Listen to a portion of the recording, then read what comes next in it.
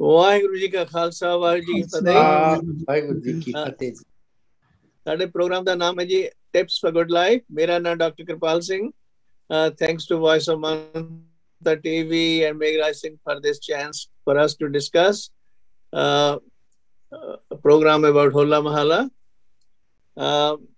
And please know that first of all, Vaheguru Ji Ka Khalsa, Vaheguru Fateh, Namaste, Salam, jo bhi toda pichokad hove parwan karna. So welcome to our audience as well as our participants. With the same team consisting of Dr. Vasu, Gyani Dharam Singh Ji, Harminder Singh, and Meghraj Singh, and myself, and more people will join as we go by. Please remember that the views expressed during this program are strictly individual views. This is not the official policy of Voice of Mantra. And then again, we appreciate your watching the program, and please share it also with other people. Any constructive criticism is always welcome. Having said that, last time we also touched briefly about Hola Mahalla. You know, this is a program of Hola Mahalla which starts about 2 years after the Khalsa Sajjan to baad. A program is mainly in Anandpur Sahib, and we will started like according to my information February 22nd 1701 ਜਦੋਂ ਕਿ Khalsa order was inaugurated in March 30 1699 according to again my information. So there are a lot of nihangs I see involved in it. So we're going to learn more about as the program goes by, different aspects of it. Before we start the program Hola Mahalla, we are going to talk about the recently published book by our speaker, Dr. Indrajit Singh Vasu. It's called Gurmat Sampuran Jeevan the Marg. So I invite Dr. Vasu to talk about his book. Dr. Vasu? हाँ जी जी इस तरह है भी ये जो किताब है ਇਹਦੇ ਵਿੱਚ 9 ਲੇਖ ਨੇ ਜਿਹੜੇ ਕਿ ਗੁਰੂ ਨਾਨਕ ਦੇਵ ਮਿਸ਼ਨ ਪਟਿਆਲਾ ਵੱਲੋਂ ਕਰਵਾਈ ਜਾਂਦੀ ਪ੍ਰਤੀਯੋਗਤਾ ਦੇ ਵਿੱਚ ਫਸਟ ਸੈਕੰਡ ਥਰਡ ਰਹਿ ਚੁੱਕੇ ਨੇ। ਇਹ ਸਾਰੀ ਇਨਾਮਾਂ ਦੀ ਪੁਸਤਕ ਹੈ। ਇਹਦੇ ਵਿੱਚ ਪਹਿਲਾ ਲੇਖ ਹੈ ਡਾਕਟਰ ਸਾਹਿਬ ਸਿੱਖ ਧਰਮ ਦੀ ਵਿਲੱਖਣਤਾ। ਇਹ ਪੰਜਾਬ ਚੋਂ ਫਸਟ ਆਇਆ ਸੀ। ਇਹਦੇ ਵਿੱਚ ਦੇਖੋ ਜਿਹੜਾ ਸਿੱਖ ਧਰਮ ਹੈ ਉਸ ਵੇਲੇ ਭਗਤੀ ਮਤ, ਸੂਫੀ ਮਤ, ਹਿੰਦੂ ਮਤ, ਇਹਨਾਂ ਤੋਂ ਕਿਵੇਂ ਵਿਲੱਖਣ ਹੈ। ਜਿੱਦਾਂ ਭਗਤੀ ਮਤ ਹੈ ਇਹ ਸਿਰਫ ਭਗਤਾਂ ਨੇ ਨੇਕ ਸੁਭਾਵਾਂ ਬਣਾਈਆਂ ਨੇ ਤੇ ਸਮਾਜ 'ਚ ਬਹੁਤੀ ਹਲਚਲ ਨਹੀਂ ਪੈਦਾ ਕਰ ਸਕੇ ਔਰ ਕੌਮ ਦੇ ਬੀਜ ਨਹੀਂ ਬੀਜ ਸਕੇ ਕਿਉਂਕਿ ਉਹਨਾਂ ਅੱਗੋਂ ਗੱਦੀ ਦਿੱਤੀ ਨਹੀਂ ਕਿਸੇ ਨੂੰ। ਤੇ ਉਹ ਰਵਿਦਾਸ ਦੇ ਜਿਵੇਂ ਹੈਗੇ ਨੇ ਉਹ ਰਵਿਦਾਸ ਜੀ ਦੇ ਪੰਥੀਏ ਰਵਿਦਾਸ ਪੰਥੀਏ ਤੱਕ ਹੀ ਮੁਕਰ ਰਹਿ ਗਏ।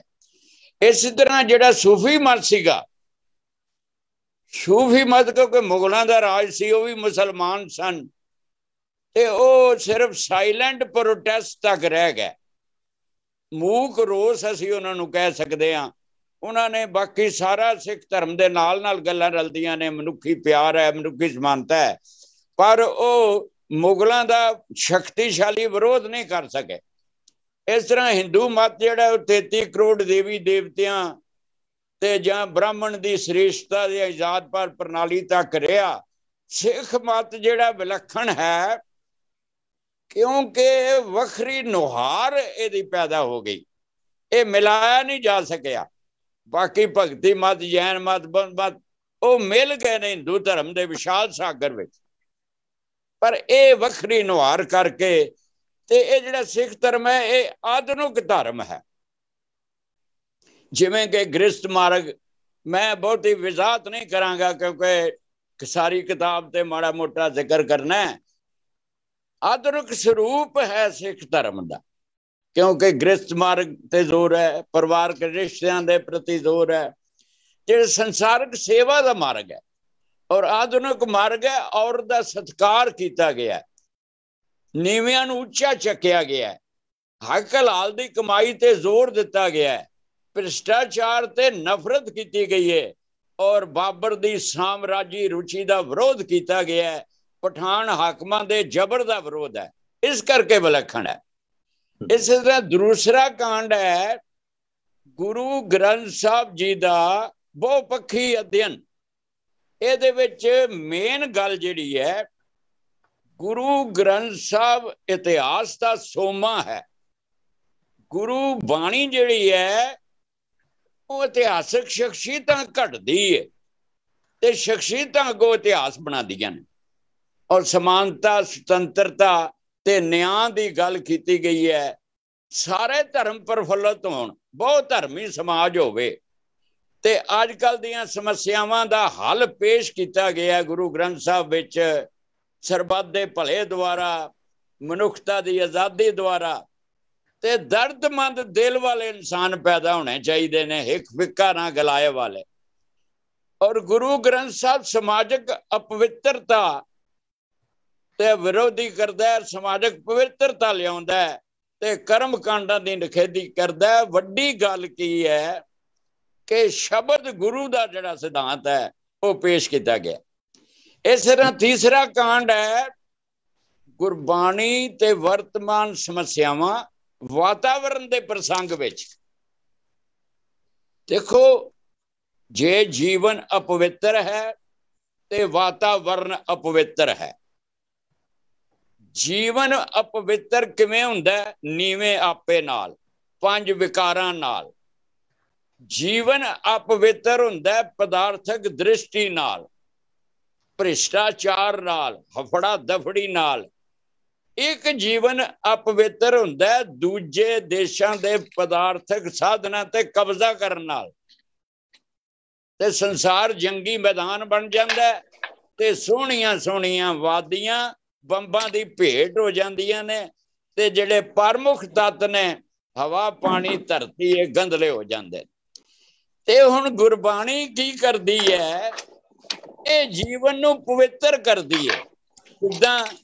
एक तां सरबत दे भले नाल, एक रूहानी दृष्टि नाल। पदार्थक दृष्टि नहीं है, रूहानी दृष्टि है। होर गुरबाणी की करदी है जीवन की पवित्रता लई?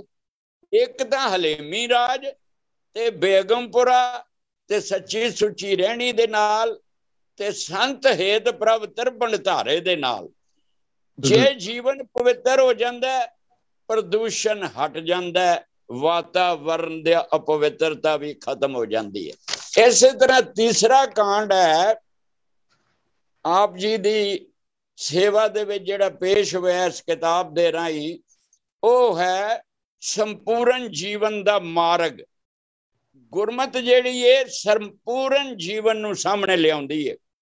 ਇਹਦੇ ਵਿੱਚ तीन गल्लां ते जोर है। कर्म भूमि है जीवन, जे आ बीजो ते आ खाओ। संघर्ष है, तीन संघर्ष ने। एक है अपनियां कमजोरियां विरुद्ध, दूजा है भेख दे विरुद्ध ते जीवन एक यात्रा भी है। ते इस कांड विच जीवन च डेंजर कित्थे पैदा हुंदा है, जीवन यात्रा दे खतरे किवें बनदे ने। बहु प्रपंच कर परतन लियावे जां पाप कमाउंदिया तेरा कोई ना बेली राम। और ये संपूर्ण जीवन का मार्ग किवें बनदा है? जदों असीं अंतम सरोकारां नूं ख्याल रखदे हां। और जिहड़ी साडी प्रकृति है, जिन मानस ते देवते कीए, जद तक असीं अपने आप दा दैवीकरण नहीं करदे तक संपूर्ण जीवन मार्ग जिहड़ा वो साडे हथ नहीं आउंदा। और मनुखी जीवन का संतुलन। और अगला जो कांड है वो है खालसा अकाल पुरख की फौज। भाई अकाल पुरख की फौज तो सीधा ही देवी देवतियां नूं रद्द करके ते समय दा हाणी बने ने गुरु गोबिंद सिंह। खालसा पंथ की फौज बना के किवें फौज की उसारी हुई है? शस्त्र पूजा नाल, अरदासां बदल के, भेटावां बदल के, प्रभु नूं प्रसन्न करना ते शहीदी दियो। साज भतीजे अत ही शस्त्रन स्यों अत हीरण भीतर, जूझ मरो तो साज भतीजे। इत्थे तां जींदियां जी भी मरना ते अखीर ते शहीदी देनी है। होर किवें खालसा उछरदा शुभ कर्मां दा वार मंग के, सिर्फ एक दी उपासना नाल, पूਰਨ प्रेम ते प्रतीत नाल, दिल विच पूਰਨ जोत जगे घट में, तब खालसा ताए निखालस जाने। ते खालसे दी उसारी होनी है हरिमंदर शरीर दे नाल। ਇਹਦੇ शरीर चो निकलदियां गल्लां ਇਹ खारज करना पैना सब कुछ। काम करो, काम ना क्रोध न लोभ ना मोह ना रोग ना सोग ना भोग ना पै है। देखो ਇਹ शरीर ਦੇ ਵਿੱਚ ਨਾਲੇ ਤੇ ਇਹ ਵੀ ਰਹਿਣ, ਨਾਲੇ ਵਿੱਚ ਖਾਲਸਾ ਵੀ ਕਿਵੇਂ ਖਵਾ ਲੇਗਾ। ਇਹਨਾਂ ਨੂੰ ਜਾਣਾ ਪੈਣਾ, ਇਹਨਾਂ ਨੂੰ ਅਲਵਿਦਾ ਕਰਨਾ ਪੈਣਾ। ਖਾਲਸਾ ਮੇਰਾ ਰੂਪ ਹੈ ਖਾਸ। ਜੇ ਗੁਰੂ ਗੋਬਿੰਦ ਸਿੰਘ ਦਾ ਰੂਪ ਬਣਨਾ ਤੇ ਫਿਰ ਇਹਨਾਂ ਨੂੰ ਖਾਰਜ ਕਰੋ। ਡਾਕਟਰ ਬਾਸੂ ਥੈਂਕ ਯੂ, ਤੁਸੀਂ ਇੰਟਰੋਡਕਸ਼ਨ ਦੇਤੀ ਕਿਤਾਬ ਦੀ। ਆਈ ਨੋ ਹਲੇ ਬਹੁਤ ਕੁਝ ਕਹਿਣ ਵਾਲਾ, ਪਰ ਸਾਡੇ ਕੋਲ ਟਾਈਮ ਦੀ ਕਮੀ ਹੈ। ਠੀਕ ਹੈ ਜੀ, ਠੀਕ ਹੈ। ਫਿਰ ਹਾਂਜੀ, ਥੈਂਕ ਯੂ ਫॉर ਇੰਟਰੋਡਿਊਸਿੰਗ ਕਿ ਤੁਹਾਡੀ ਕਿਤਾਬ ਪੜ੍ਹੀ ਹੈ, ਉਹਦੇ ਵਿੱਚ ਸਮੈਲ ਆ ਰਹੀ ਹੈ, ਫ੍ਰੈਗਰੈਂਸ ਆ ਰਹੀ ਹੈ। ਜੇ ਉਹ ਜੋ ਅਗਲੇ ਰਾਉਂਡ ਤੇ ਹੋਲੇ ਮਹੱਲੇ ਦੀ ਗੱਲ ਕਰਾਂਗੇ। ਹਾਂਜੀ, ਤੇ ਸੋ ਇਸ ਵੇਲੇ ਫਿਰ ਮੈਂ ਆਮ ਗੋਇੰਗ ਟੂ ਆਸਕ ਗਿਆਨੀ ਧਰਮ ਸਿੰਘ ਜੀ। ਗਿਆਨੀ ਧਰਮ ਸਿੰਘ ਜੀ, ਤੁਸੀਂ ਥੋੜਾ ਜਿਹਾ ਸਾਡੇ ਨਾਲ ਸ਼ੇਅਰ ਕਰੋ ਹੋਲਾ ਮਹੱਲੇ ਦੇ ਬੈਕਗਰਾਉਂਡ ਤੇ ਅੱਖੀ ਨਿਠਾ ਥੋੜਾ ਜਿਹਾ ਹਾਲ। ਤੁਸੀਂ ਉੱਥੇ ਬਹੁਤ ਚਿਰ ਰਹੇ ਆ ਅਨੰਦਪੁਰ ਸਾਹਿਬ। ਹਾਂਜੀ, ਵਾਹਿਗੁਰੂ ਜੀ ਕਾ ਖਾਲਸਾ, ਵਾਹਿਗੁਰੂ ਜੀ ਕੀ ਫਤਿਹ। ਵਾਹਿਗੁਰੂ ਜੀ ਕੀ ਫਤਿਹ। ਜਿੱਥੋਂ ਤੱਕ ਇਹਦੀ ਬੈਕਗਰਾਉਂਡ ਆ ਉਹਦੇ ਬਾਰੇ ਅਸੀਂ ਪਿੱਛੇ ਗੱਲ ਕਰ ਚੁੱਕੇ ਹਾਂ ਕਿ ਦਸਮ ਪਾਤਸ਼ਾਹ ਸ੍ਰੀ ਗੁਰੂ ਗੋਬਿੰਦ ਸਿੰਘ ਜੀ ਮਹਾਰਾਜ ਜੀ ਨੇ ਖਾਲਸਾ ਪੰਥ ਦੀ ਸਾਜਨਾ ਤੋਂ ਬਾਅਦ ਲਗਭਗ 1701 ਵਿੱਚ ਸ਼ੁਰੂ ਕੀਤਾ। ਤੇ ਇਹਦੇ ਕਾਰਨ ਦਾ ਸ਼ੁਰੂਆਤ ਕਰਨ ਦਾ ਮੇਨ ਕਾਰਨ ਇਹ ਸੀਗਾ ਕਿ ਜਿਹੜਾ ਹੋਲੀ ਦਾ ਤਿਉਹਾਰ ਸੀਗਾ ਉਹਦੇ 'ਚ ਬੜੀ ਗੰਦਗੀ ਭਰ ਚੁੱਕੀ ਸੀਗੀ। ਤੇ ਦੂਸਰੇ ਪਾਸੇ ਜਰਵਾਣਿਆਂ ਦੇ ਜਿਹੜੇ ਹਮਲੇ ਹੁੰਦੇ ਸੀਗੇ, ਸਾਡੀ ਹਰ ਤਰ੍ਹਾਂ ਦੀ ਅਜ਼ਮਤ ਲੁੱਟੀ ਜਾਂਦੀ ਸੀਗੀ ਹਿੰਦੁਸਤਾਨੀਆਂ ਦੀ। ਤੇ ਉਹਦੇ ਵਾਸਤੇ ਗੁਰੂ ਸਾਹਿਬ ਜੀ ਨੇ ਸਿੱਖਾਂ ਦੇ ਵਿੱਚ ਔਰ ਸਮੁੱਚੀ ਮਾਨਵਤਾ ਦੇ ਵਿੱਚ ਵੀਰ ਰਸ ਪੈਦਾ ਕਰ ਲਈ, ਸ਼ਸਤਰ ਵਿਦਿਆ ਦੇ ਸਿਖਲਾਈ ਕਰਕੇ ਤੇ ਦੁਸ਼ਟਾਂ ਜ਼ਾਲਮਾਂ ਦਾ ਟਾਕਰਾ ਕਰਨ ਵਾਸਤੇ ਤਿਆਰੀ ਕਰਨ ਦਾ ਇਹ ਜਿਹੜਾ ਤਿਉਹਾਰ ਸ਼ੁਰੂਆਤ ਕੀਤੀ ਸੀ। ਇਹਦੇ ਵਿੱਚ ਸ਼ਸਤਰ ਵਿਦਿਆ ਸਿੱਖ ਕੇ ਤੇ ਉਹ ਜਿਹੜੇ ਸ਼ਸਤਰਧਾਰੀ ਗੁਰਸਿੱਖ ਹੁੰਦੇ ਸੀਗੇ ਉਹਨਾਂ ਦੇ ਦੋ ਹਿੱਸੇ ਬਣਾ ਕੇ ਤੇ ਮਨਸੂਈ ਲੜਾਈ ਲੜਾਈ ਜਾਂਦੀ ਸੀਗੀ। ਜਿਹੜੇ ਉਹਦੇ 'ਚ ਵਧੀਆ ਪ੍ਰਦਰਸ਼ਨ ਕਰਦੇ ਸੀ ਉਹਨਾਂ ਨੂੰ ਗੁਰੂ ਸਾਹਿਬ ਜੀ ਇਨਾਮ ਦਿੰਦੇ ਸੀ, ਸਨਮਾਨ ਕਰਦੇ ਸੀਗੇ। ਤੇ ਇਸ ਤਰ੍ਹਾਂ ਇਹ ਹੋਲਾ ਮਹੱਲਾ ਦੀ ਜਿਹੜੀ ਸ਼ੁਰੂਆਤ ਹੋਈ ਇਹ ਇਸੇ ਦੀ ਯਾਦ 'ਚ ਗੁਰਦੁਆਰਾ ਹੋਲਗੜ੍ਹ ਜਿੱਥੇ ਹੋਲਾ ਮਹੱਲਾ ਖੇਡਿਆ ਜਾਂਦਾ ਸੀ, ਇਹ ਅਗੰਮਪੁਰ ਪਿੰਡ ਦੇ ਨਾਲ ਹੀ ਆ। ਅੱਜ ਕੱਲ੍ਹ ਉਹਦਾ ਨਾਂ ਹੀ ਵੱਖਰਾ ਹੀ ਪਿੰਡ ਹੈ, ਚੱਕ ਹੋਲਗੜ੍ਹ। ਤੇ ਇਸ ਤੋਂ ਬਾਅਦ ਫਿਰ ਹੌਲੇ ਹੌਲੇ ਜਿਹੜਾ ਕਈ ਦਿਨਾਂ ਤੱਕ ਚੱਲਦਾ ਸੀਗਾ। ਇਹ ਆਪਾਂ ਬਚਪਨ 'ਚ ਵੀ ਦੇਖਦੇ ਰਹੇ, ਦਿਨ ਦਾ ਤਕਰੀਬਨ ਹੋਲਾ ਮਹੱਲਾ ਹੁੰਦਾ ਸੀਗਾ। ਅੱਜ ਕੱਲ੍ਹ ਪਹਿਲੇ 2-3 ਦਿਨ ਹੁੰਦੇ ਆ ਕੀਰਤਪੁਰ ਸਾਹਿਬ ਤੇ ਮਗਰੋਂ 2-3 ਦਿਨ ਆਨੰਦਪੁਰ ਸਾਹਿਬ, ਤਕਰੀਬਨ 5 ਕੁ ਦਿਨ ਦਾ ਰਹਿ ਗਿਆ। ਪਰ ਪਹਿਲੋਂ ਲੋਕ ਜਾਂਦੇ ਸੀਗੇ, ਦੀਵਾਨ ਲੱਗਦੇ ਸੀਗੇ, ਵੀਰ ਰਸੀ ਵਾਰਾਂ ਤੇ ਇਤਿਹਾਸ ਆਪਣਾ ਜਿਹੜਾ ਉਹ ਦ੍ਰਿੜ ਕਰਵਾਇਆ ਜਾਂਦਾ ਸੀ, ਸੰਗਤਾਂ ਸੁਣਿਆ ਕਰਦੀਆਂ ਸੀਗੀਆਂ। ਦੀਵਾਨ ਅੱਜ ਵੀ ਲੱਗਦੇ ਪਰ ਸਰੋਤੇ ਉਸ ਤਰ੍ਹਾਂ ਦੇ ਅੱਜ ਨਹੀਂ ਆ ਜਿਸ ਤਰ੍ਹਾਂ ਦੇ ਪਹਿਲੋਂ ਹੁੰਦੇ ਸੀਗੇ। ਫਿਰ ਕਈ ਤਰ੍ਹਾਂ ਦੀਆਂ ਜੇ ਅੱਜ ਦੇ ਦੇਖੀਏ ਅੱਖੀਂ ਡਿੱਠੇ ਹਾਲਾਤ, ਰੌਣਕਾਂ ਬਹੁਤ ਹੁੰਦੀਆਂ ਆ। ਮੇਰੇ ਖਿਆਲ 'ਚ ਕਾਫੀ ਸਾਲ ਪਹਿਲੋਂ ਦੀ ਗੱਲ ਆ, ਉਦੋਂ 75 ਲੱਖ ਬੰਦੇ ਦਾ ਅੰਦਾਜ਼ਾ ਸੀਗਾ ਵੀ ਜਿਹੜੇ ਉਹ ਉਸ ਮਹੀਨੇ ਵਿੱਚ ਹੋਲੇ ਮਹੱਲੇ ਤੇ, ਕਿਉਂਕਿ ਆਵਾਜਾਈ ਚੱਲਦੀ ਰਹਿੰਦੀ ਆ, ਲੋਕ ਟਰਾਲੀਆਂ ਤੇ ਬੱਸਾਂ ਤੇ ਕਾਰਾਂ ਤੇ ਜੇ ਆਪਣੇ ਸਾਧਨਾਂ ਤੇ ਆਨੰਦਪੁਰ ਸਾਹਿਬ ਆਉਂਦੇ ਨੇ ਤੇ ਨਾਲ ਦੀ ਨਾਲ ਫਿਰ ਲਾਗੇ ਹੋਰ ਗੁਰਦੁਆਰਿਆਂ ਦੇ ਦਰਸ਼ਨ ਵੀ ਕਰਦੇ ਜਾਂਦੇ ਨੇ, ਜਿਵੇਂ ਨੰਗਲ ਆ, ਬਬੌਰ ਸਾਹਿਬ, ਗੁਰੂ ਕਾ ਲਾਹੌਰ, ਪਰਿਵਾਰ ਵਿਛੋੜਾ। ਇਸੇ ਤਰ੍ਹਾਂ ਫਿਰ ਮਾਛੀਵਾੜੇ ਵੱਲੋਂ ਦੀ ਤਕਰੀਬਨ ਸੰਗਤਾਂ ਇੱਥੇ ਦਰਸ਼ਨ ਕਰਦੀਆਂ ਆਉਂਦੀਆਂ ਜਾਂਦੀਆਂ ਰਹਿੰਦੀਆਂ। ਉਦੋਂ 75 ਲੱਖ ਦਾ ਸੀਗਾ ਤੇ ਮੈਨੂੰ ਲੱਗਦਾ। ਹਾਂਜੀ ਹਾਂਜੀ, ਥੈਂਕ ਯੂ ਗਿਆਨੀ ਧਰਮ Singh ji, thank you for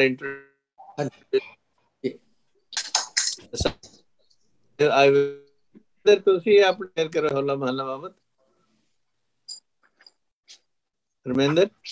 ਹਾਂਜੀ ਹਾਂਜੀ okay Harminder can you hear ਹਾਂਜੀ ਹਾਂਜੀ ਵਿਚਾਰ ਸ਼ੇਅਰ ਯੈਸ ਜੀ। ਵਾਹਿ ਖਾਲਸਾ ਵਾਹਿਗੁਰੂ ਜੀ ਕੀ ਫਤਿਹ ਜੀ। ਹਾਂਜੀ ਵਾਹਿਗੁਰੂ ਜੀ ਕੀ ਫਤਿਹ।